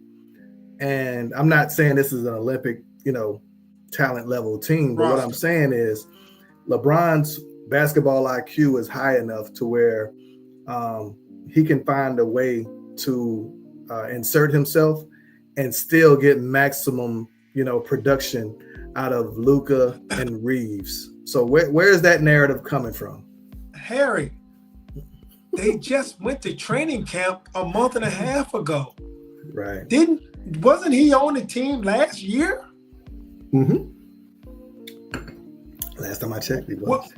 What are they? What kind of question is that? This isn't a free agent acquisition. He's been out for 3-4 weeks. Mm-hmm. What are people talking about? They are talking about it in the sense of he needs to pass the torch, and with LeBron being on the court, he diminishes Luka's talent and productivity, and he diminishes Austin Reeves' talent and productivity, because somehow LeBron James is responsible every time he stepped on the court with his game overshadowing everybody else's to where they don't play their best basketball is the narrative. And I don't get it at all, but somehow that's become from the Skip Baylesses, and I even hate saying his name, all the way to here in his later years. We got a bunch of people jumping on that bandwagon and say he's the LeBron James is taking away from other people's games. Yeah. Army knife. Mm-hmm. What do you need? Rebounds. What do you need? Defense. What do you need? Finishing. What do you need? Communication. Right. He can do all of those things. And if he needs to be a point forward and run the offense, he can. But he doesn't have to do those things when you have Austin and Luka, so he can take a break from those things. Literally, LeBron could play 25 minutes a game, and he could make the Lakers so unstoppable, so difficult to defend, because those would be the minutes that Luka could rest, or Austin could rest, and you still would be in so much trouble offensively, having to deal with them. It Yeah. just gives you so many options, man. It's going to be scary to me. Yeah, and I'm looking at it, and we talked about it. The one thing that has diminished over the last few years is just LeBron's ability to control a game for 40 some odd minutes, and that sounds crazy to say. Doing everything. That's right. But now we can get that LeBron in spurts for 25 minutes, where he can burn out and play extremely hard and give us elite level LeBron play. And then you got LaRavia, you got Austin, you got Ayton, you got Smart, you got Rui, you have Gabe Vincent, you have, and I even saw a sighting of Maxi Kleber. Maxi Kleber jumped on the court. So he's got enough pieces around him to where, fast forward, I say 17 years ago, LeBron needed the experience to help push him through the playoffs. He had the youth and energy, and I'm stealing yours, so I'm gonna credit you because you said it. Now he doesn't have the youthful energy. He needs the young guys to give him that spark, right? And he doesn't need to be on the ball all the time. For those listening, how is LeBron James going to help this team? I'll tell you. Think of Draymond Green on steroids. That's right. Offensively. That's right. And defensively, maybe, I'll give Draymond Green his flowers on defense. So I'll say 85% of Draymond defensively, but 125% of Draymond offensively. That's right. On steroids offensive. You've broken it out. Yes. Draymond Green on steroids offensively, and defensively, I think you're going to get the Swiss Army knife as to what you need. Is it Luka that I need to go? Not Luka. Is it Joker I need to go shut down? I can handle him. Is it Shea, SGA for a little bit? I can handle him for 3 minutes in crunch time. Is it, the Greek Freak? I can deal with him for 4 or 5 minutes. You won't get the elongated picking you up 94 feet and harassing you and diving on the floor. That's not his game. But offensively, that high pick and roll where LeBron is coming downhill and able to, make decisions with the ball. LeBron, somehow people have made this another silly narrative that he doesn't have a bag. And this is youth talking. He's probably the most complete offensive basketball player that we've ever seen. Ever. And people somehow equate scoring 40,000 some odd points with him being just a dunker, a one-trick pony. And I get frustrated with it because I said, hell, 5th in assists and 10th in rebounds. And when his career is over, he's going to be the league leader in points scored. He's going to be top 5 in assists. And when you look at the evolution of his offensive arsenal, this is the final chapter of what I call off-ball Bron and spot-up shooting. He shot over 40% from 3 last year. He's going to be able to cut and work off of Luka and work off of Austin in ways to where he's in that dunker spot and finishing and creating. So people who feel like LeBron is going to come back and hurt the Lakers, or the Lakers should get rid of him. And you said that early on when we were talking about, should the Lakers trade him? And you're like, what the hell are you talking about? I never heard of a situation, and maybe it's because of the Lakers, where everybody wants to, they feel like getting rid of LeBron is addition by subtraction when the guy just came off a season of 25-7 and 25-4-5 or something like that. How is that? How do you replace that? And here's the thing. I'll let him on. Yeah. Here's the thing. For those of you who are looking at the record and saying, yeah, but you're doing so well. Okay, listen. OKC, Houston, Denver, Milwaukee, Cleveland, Detroit. Yeah. You already lost to Golden State. These are teams that we have not played yet. Okay? Haven't played them once.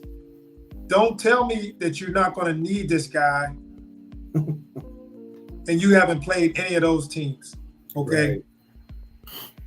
Those teams are loaded and they're favorites. You will need everything that LeBron James has and then some to beat those teams. So don't worry, folks. This is coming and it's going to be beautiful because I'm so excited. And look, fresh legs. He hasn't had to play, so he'll have fresh legs.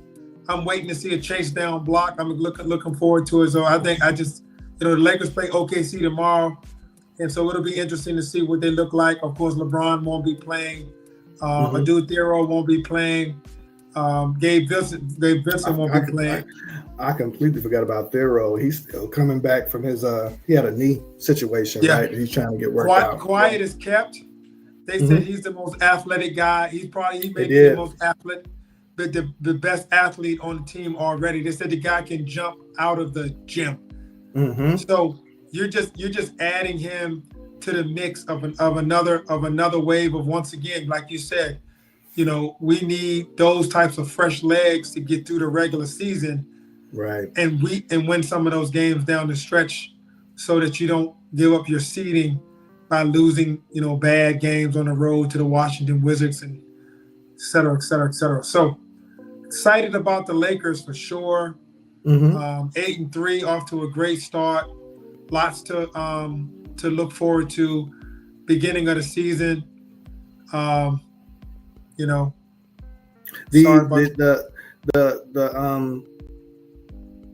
The narrative around the playoffs normally, at least for most everyone invested, is you can never have too much scoring and individuals who can create their own shot. That's right. Right. That's right. So I'll let you. I just lobbed it up there for you. Please tell them why that's important, because I think that's the piece that everybody's missing. You named some pretty tough teams that we haven't played, and we have some natural, what I call, advantages over certain teams, because at this point in his career, Luka is so talented that he's a matchup nightmare for I say 90 to 95% of the league. But when you get to the playoffs, right, you can never. There's an ankle turn. And I'm not trying to put that out there, but you know how it is, man. You're one, bad kind of situation happening, or somebody having an off game in a series. You can never have too many playmakers. So explain to the people why that's important. I don't think they understand why having LeBron as a ball handler, why having LeBron as the experience is valued on the Lakers team. It's as simple as this. Getting through the playoffs is like a gauntlet. It's like solving a Rubik's Cube. For those of you who, I'm dating myself on that one. But the bottom line is every team presents a different type of threat or problem. Challenge. And you have to be able to play and win multiple ways, multiple styles. And the more playmakers and difference makers you have, the more you can adjust to the different styles of play. The Lakers could have easily gotten to the Western Conference Finals last year, but they ran into one few teams that had a strength that went right up against their weakness in the front court in the Minnesota Timberwolves, and they didn't have a counter to them. They didn't have that. That's why you have Aiden. Now you have Jackson Hayes looking way better in a second, off the bench in a second team role. And so the multiplicity of being able to be multiple and change the way you play and have multiple playmakers makes it very difficult to defend. Keeping in mind that Marcus Smart, a guy who averages almost 7 assists a game, is your 4th and 5th best playmaker on your team. Right. Bro, that is an embarrassment of riches. Yeah. You're talking about you're talking about all types of decisions being made over and over again under duress, and all types of people to make it so that the end users, guys like Ayton, guys like Hayes, you know, the guys like Laravia and stuff who are going to be finishers, they're going to be set up beautifully. This is how you win in the NBA when you get down the stretch. And the Lakers are just, they've set up their team way better than anyone even could have imagined. And we've already had injuries, so we don't want to hear nothing about that. We already have guys. Yeah, you said it eloquently. I think I'm hoping people understand the value of having this luxury that's potentially coming our way, which is a healthy LeBron James. Initially, we were talking about, you know, should the Lakers trade him just off of the noise that was coming out. I think I'm going to make a bold prediction. In the next month, I think we're going to be, once LeBron James comes back and gets back in the game shape, I think the narrative is going to be, do the Lakers extend him? I wouldn't be surprised if they extended him on a solid deal. And quiet as kept me, Austin Reeves talked about his deal. He's like, I'm not looking for a max deal. I'm not a max player. You know, I want to get what I deserve to get paid, but I want us to have a winning franchise. I want to win a ton, and I know if I get a max deal, that hurts us. So, you know, if Reeves takes a friendly deal, and oh, by the way, we still talking about $30-35 million a year. So don't be sending no damn charity. Crying. Yeah. Don't be throwing no charity parties for old Austin there, old hillbilly Kobe. He's gonna be just fine. Hillbilly Kobe, yeah. You know, so, but we're just talking about an ability to make some free agent moves. So we're way ahead right now on that. But this new ownership group for the Lakers and the direction that they're going in, man. These guys mean business when it comes to marketing, and they know the value of LeBron James being on this roster, the Luka angle, even with Rui. You know, we talk about Rui, we joke about him a lot, but he's an Asian born, he's an Asian of Asian descent, man. This is an international team on an international franchise. It's just money, man. It makes a big difference. That's a huge nugget you just dropped as well, with Jeannie Buss giving up majority rights and control of the ownership to, I forget the name of the to the Dodgers owner. Mark Walters. Mark Walters isn't afraid to spend money. He's already, a lot of people don't understand, this guy's already a billionaire multiple times over. So for him, owning the Lakers and the Dodgers isn't about, of course he wants to generate money, don't get me wrong. He's making money. He doesn't care about the luxury tax. He doesn't care about, you know, some of the things that some of the other more coaches and all this other stuff. Facilities.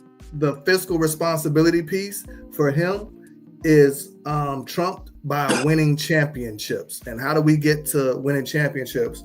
And if you want a sneak peek on what the Lakers are going to look like, what the Lakers will look like under him, look no further than the Dodgers, where they have basically assembled.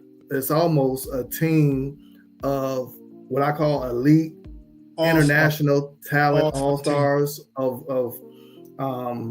what I call great scouting, great, you know, just contract management of going out and grabbing these players and getting them underneath the fold. They want the best of the best, and I think he's going to bring that mindset to LA.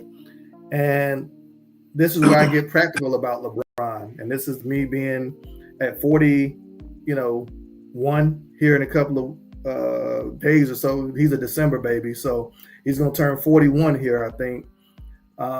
He's not looking to leave LA. Everybody knows that. LeBron wants to be there.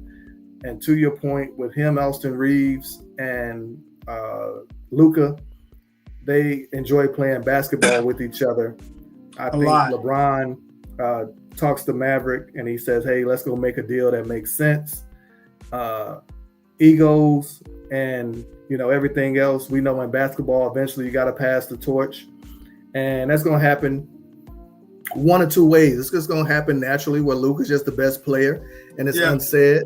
Or, you know, it's going to happen where LeBron James just overtly, like, I'm passing you the mantle. LeBron James can choose his path, red pill, blue pill, right? How he wants it to look.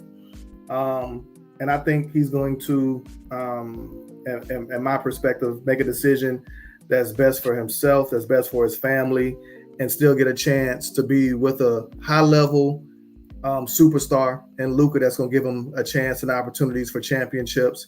He's got an owner who's not afraid to spend money and to go after, everything that he needs.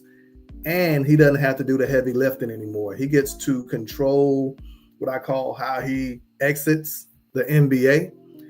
And I think from my perspective, that's we see oftentimes, these stories in. I don't want to see LeBron ending up like Brady or, Joe Montana, where they go off and, do it and win with another team. I think this is the best spot, and you convinced me of that. I think this is the best spot for LeBron now that, we got some balance on the team. They're closer than I thought they would be. This team is actually very well put together. Yeah, they're very well put together.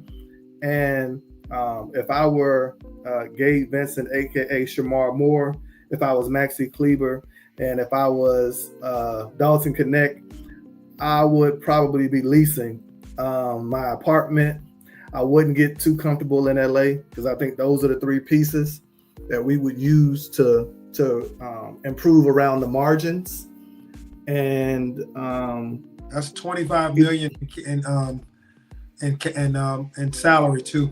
Correct. So I think those are the three guys that I would, if I were them, I would, be on alert as to potentially being out of here pretty quick.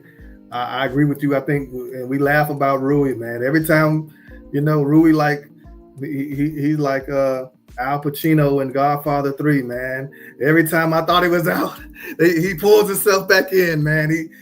Rui was out in Atlanta and Magic City, man, eating them Korean wings in Magic City and put a stinker together.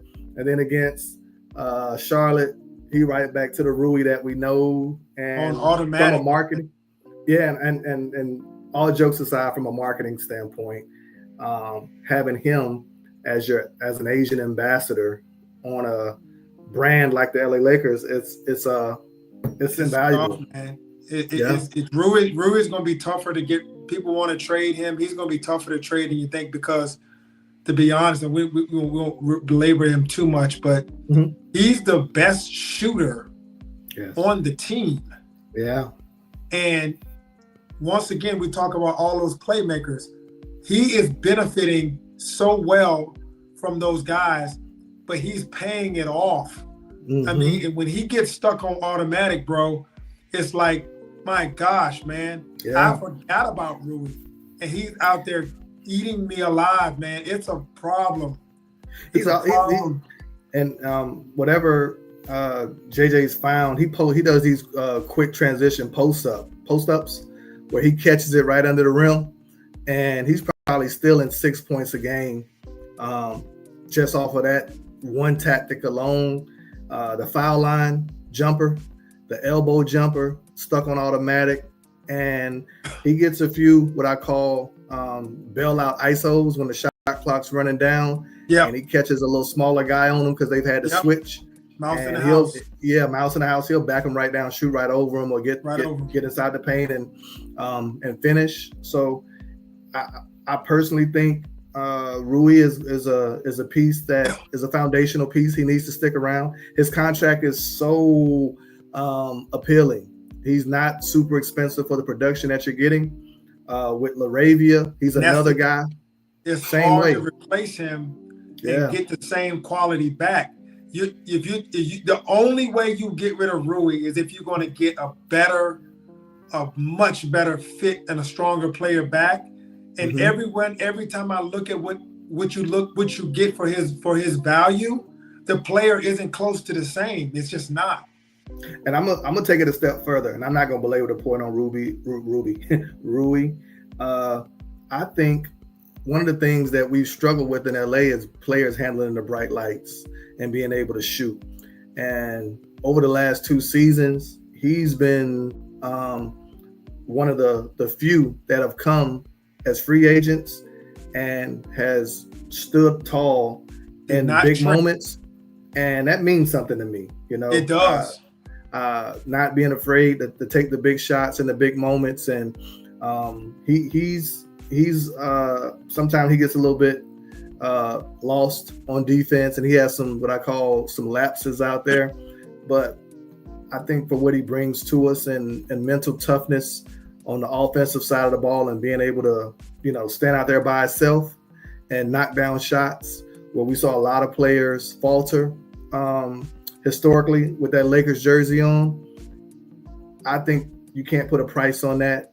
And I know JJ's, as much as he is frustrated at times with some of the what I call mental lapses on defense. And he's been a much better defender this year. Honestly, the Lakers as a whole have been much better defenders. And Marcus Smart does not allow them to get too disjointed. That Atlanta game flew off the rails. But outside of that, any game that Marcus Smart has actually been on the court and playing with a uniform on, he makes sure those guys are giving maximum effort. And he effectively blows up, sets multiple times a game, man. You think you switch in, and he like, nah, he'll push the guy out. And again, all that to say, this roster, and it's gonna sound crazy to say, and we won't see it tomorrow night, but OKC doesn't match up very well with the Lakers. Nope. As great as they are, Nope. This is the one team last year that we wanted, and it sounded, you and I were like, man, we hope we get a OKC, and we got Minnesota, and we were talking on the phone, and you were like, man, I don't like this matchup, and I'm like, what are you talking about? You like we just don't match up well in the front court, and at the time, they were shooting so bad from three, I thought we could overcome it. And I didn't see what the second and third shot opportunities would do to us, and you did. So I got to give you your credit there because you called it out immediately, man. As soon as that matchup happened, you said it first. I don't love this matchup for us, but with OKC, we actually they can't put Dort on Luka. He can't do anything with him. Hartenstein can't play because Luka goes right by him. They can't turn us over the same either. We have too many playmakers, and that's they what can't get up in us. They drive off the turnovers so much. Yeah, they can't get up in us the way they get up in other teams. Yeah, and then SGA actually becomes a little less of himself because defensively we make him work a little harder. Put Vando on his ass.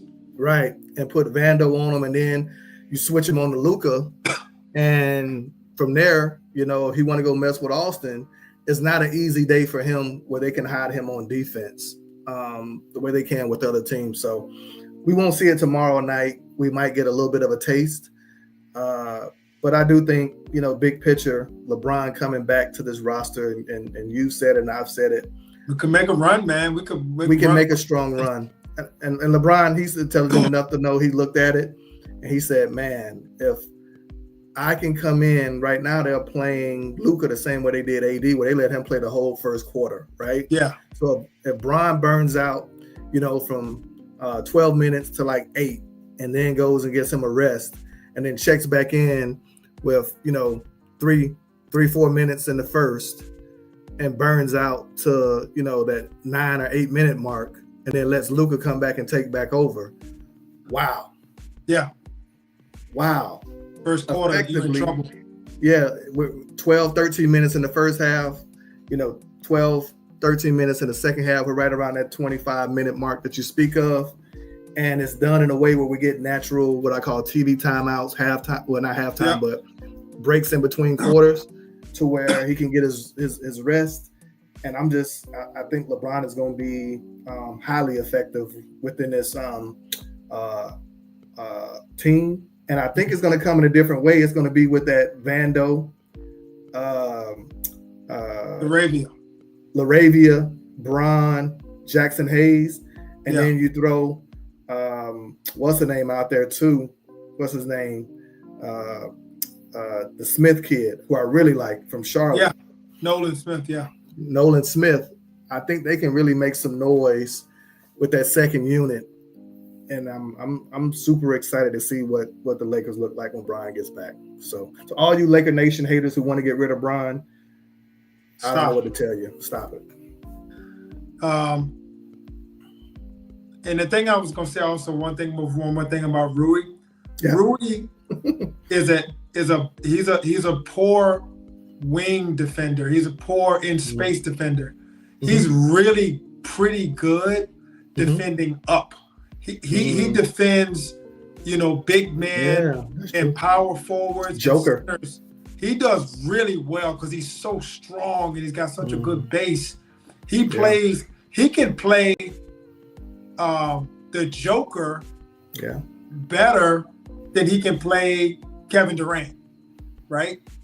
You know what I'm saying? And the lateral movement isn't as great. Yeah. Yep. Yeah, and Kevin Durant is much smaller and skinnier, but he's just way too fluid for him. Yeah. But he defended Wemby very well. You're spot on there. And maybe that's a part of JJ's, and we talked about this a lot too.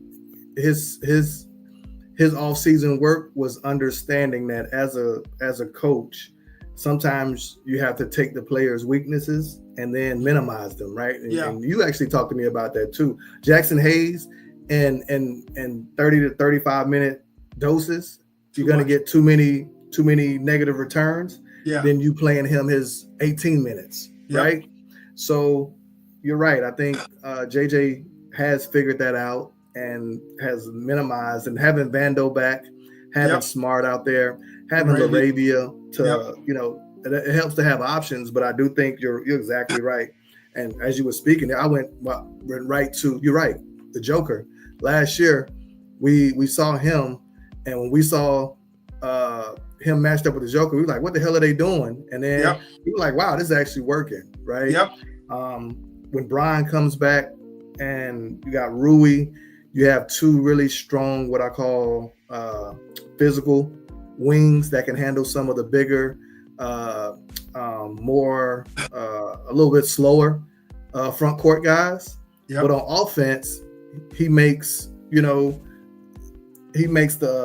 opposing team have to space out because he can hit the three.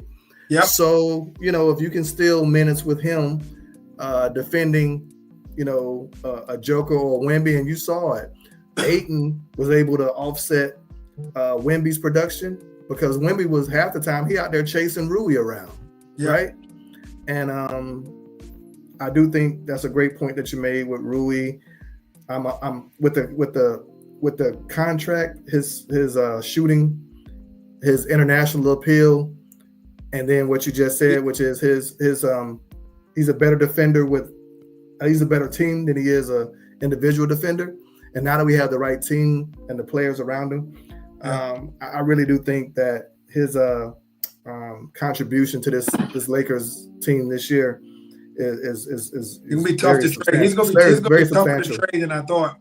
Very much so. Like I said, my personal thought on the expendable pieces: Gabe Vincent, Maxi Kleber, and Dalton Connect, I think, are our three players who need to what's the word? Don't get too comfortable in LA. Don't get go look at Charlotte, go look at Portland, go look at some cities where not ideal. Charlotte and that Charlotte train might have passed with the deal that fell through last year, but I would look at some teams that are going to be fringe playoff teams that don't make it to where I got my eyes on New Orleans. Herb Jones. You read my mind. Bro. That's the one. Bro, we get Herb Jones. That's the one. Cancel it. It's over. That's the one. Over. I don't know if they would make that deal, but no, it got late. It got late very quickly in New Orleans, and that old the hamstring blew out on what's the name again, man? I feel terrible. What's his name, man? Big kid from Duke. I can't think of his name. I should know it. Williamson.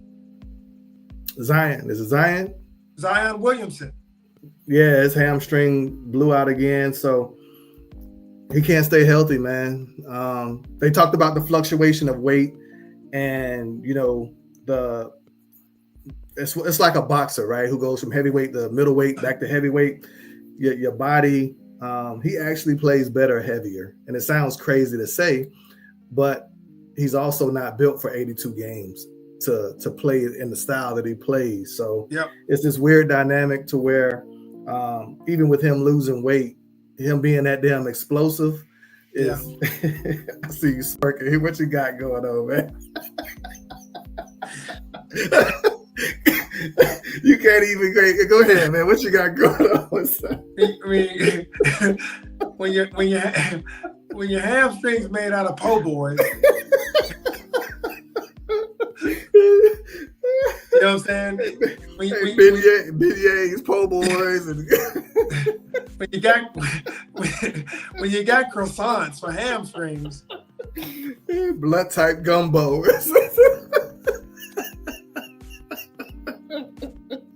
You got all the chefs. You got all the chefs on speed dial, man. He played so hard in that play-in game against the Lakers. Oh, man, he played so hard, man. And his hamstring said, "Man, I don't know what you expect from me, but I ain't got nothing left." It's a shame, man, because I really root for this.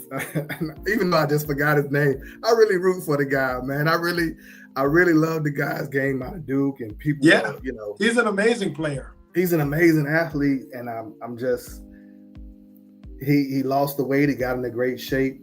I don't know if he cheated a little bit with the was it Ozempic or whatever that is, but either way, he lost a ton of weight, and unfortunately, man, I look up and they're like, yeah, he's out. For 7 to 10 days just to be evaluated from a hamstring. And I'm like, this ain't football where, you're a lineman and you can kind of get away with a hamstring pull.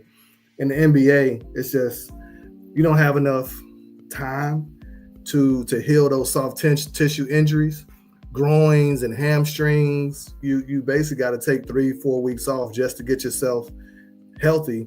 And then you need another 2 to 3 weeks to ramp back up to get in game shape. So I just don't see it being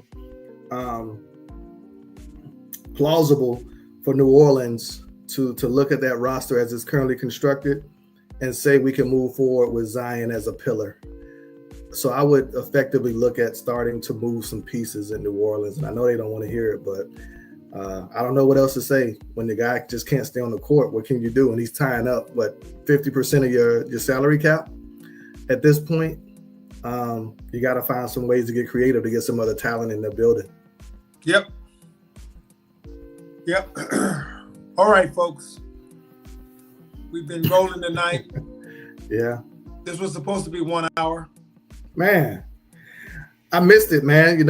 I hate you guys had a bye week and it 1 almost hour-ish.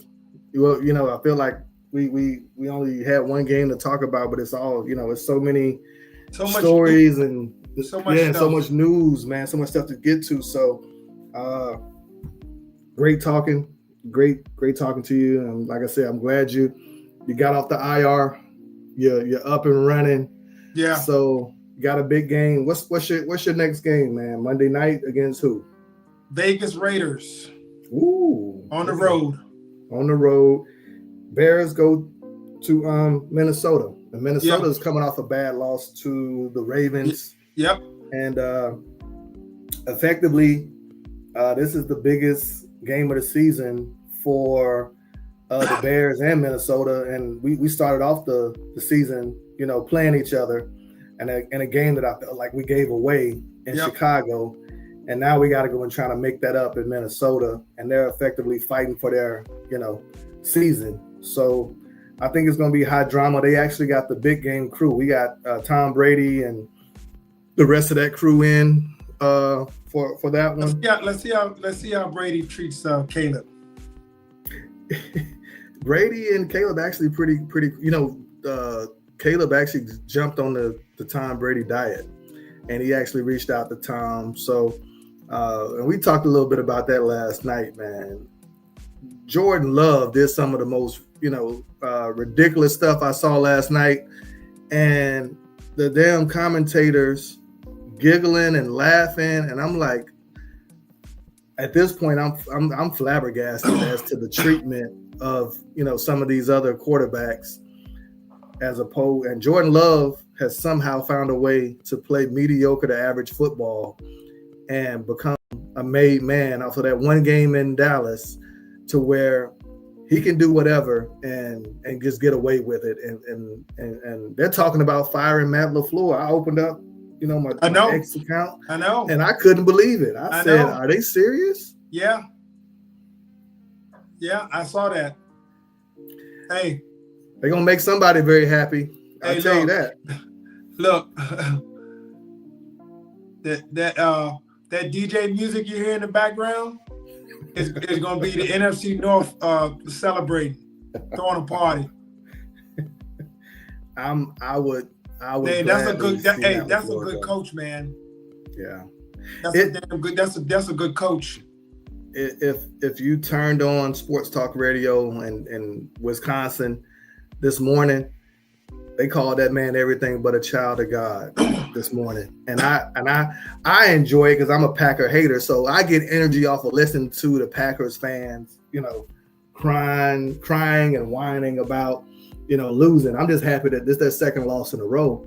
And this was interesting. I said, man, they're turning on LaFleur before they're turning on Jordan Love. I think Packers fans are so spoiled to believe that the quarterbacks have been so great that it can't be the quarterback. It's got to be the coach. And I'm just sitting there like, did they not see all of these open wide receivers running around that Jordan Love missed last night? Look, I'm gonna say you're welcome. When we sent Micah Parsons to Detroit, to Green Bay, and put them in the SBOB, Super Bowl or bust. That's what SBOB is. Yeah. Once they become SBOB, it is no longer excused everything, right? You think it's expectations getting to them? Oh, it's eating them up. They're not used to that. Right. They're not used to that, man. Mm-hmm. Like they got a lot of pressure, and you're looking up and you're falling back. The division is still tough. Mm-hmm. Nothing's guaranteed. The pressure is there. Yeah. I had a thought, and you can tell me, I think that's a great point. I had a thought when we were talking a little earlier, driving home. If this Micah trade doesn't work out, I liken it to the Melo to New York Knicks trade, to where they gave up so much to get one player, and maybe the sum of the parts. Again, we talked about it being an offensive league, and as impactful as Micah is, they was already good on defense. They were already solid on defense, and I think the loss of Clark and the loss of what I call, and the pressure of, like you said, now this is as Bobby Super Bowl or bust, and they're playing some tough opponents.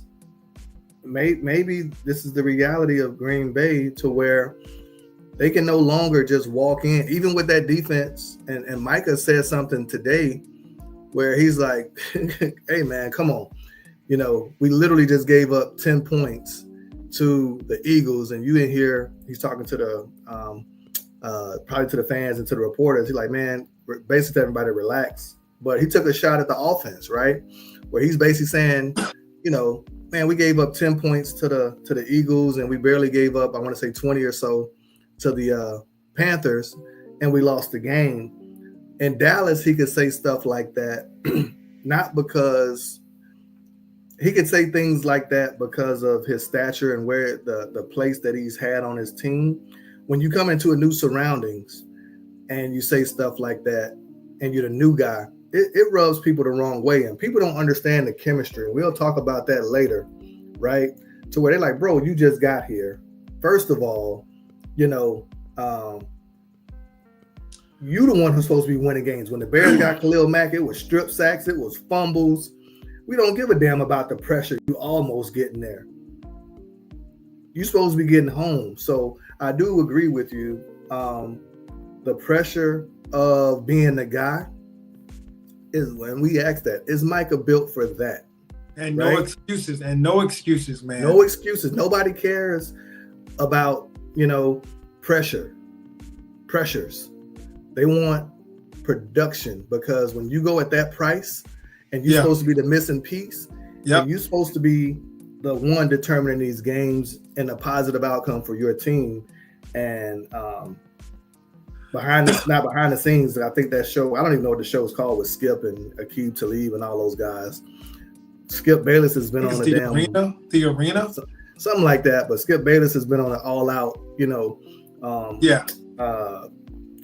smear campaign on Micah, which I don't agree with.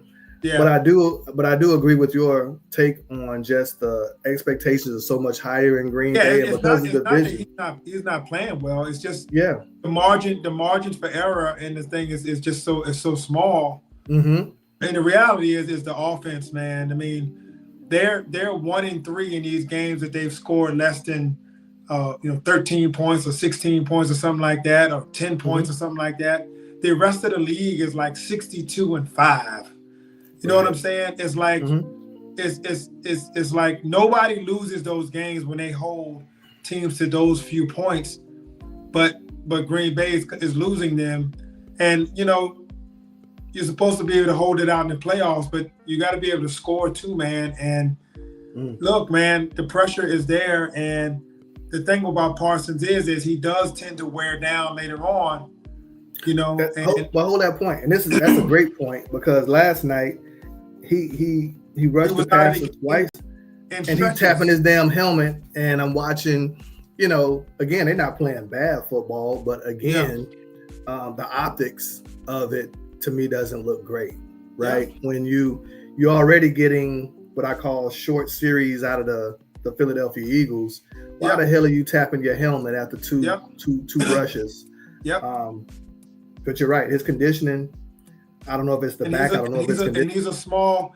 Remember, he's a big linebacker, but he's a small defensive end edge. Yeah, that's true. He's a smaller player, and he's a speed guy. So, this is one of those things. The leadership is there. This is why him and DeMarcus Lawrence didn't get along. Oh, by the way, that dude is balling, right? So Seattle looks ridiculous on defense. Oh, by the way. Talk about a team that looked great getting off the bus. My goodness.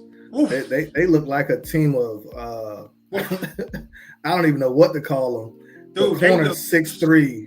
They look 6'4" safety on defense, bro. Oh my God, they look amazing on defense. Bro. They look great on offense, and they just got what's his name, the kid from New Orleans.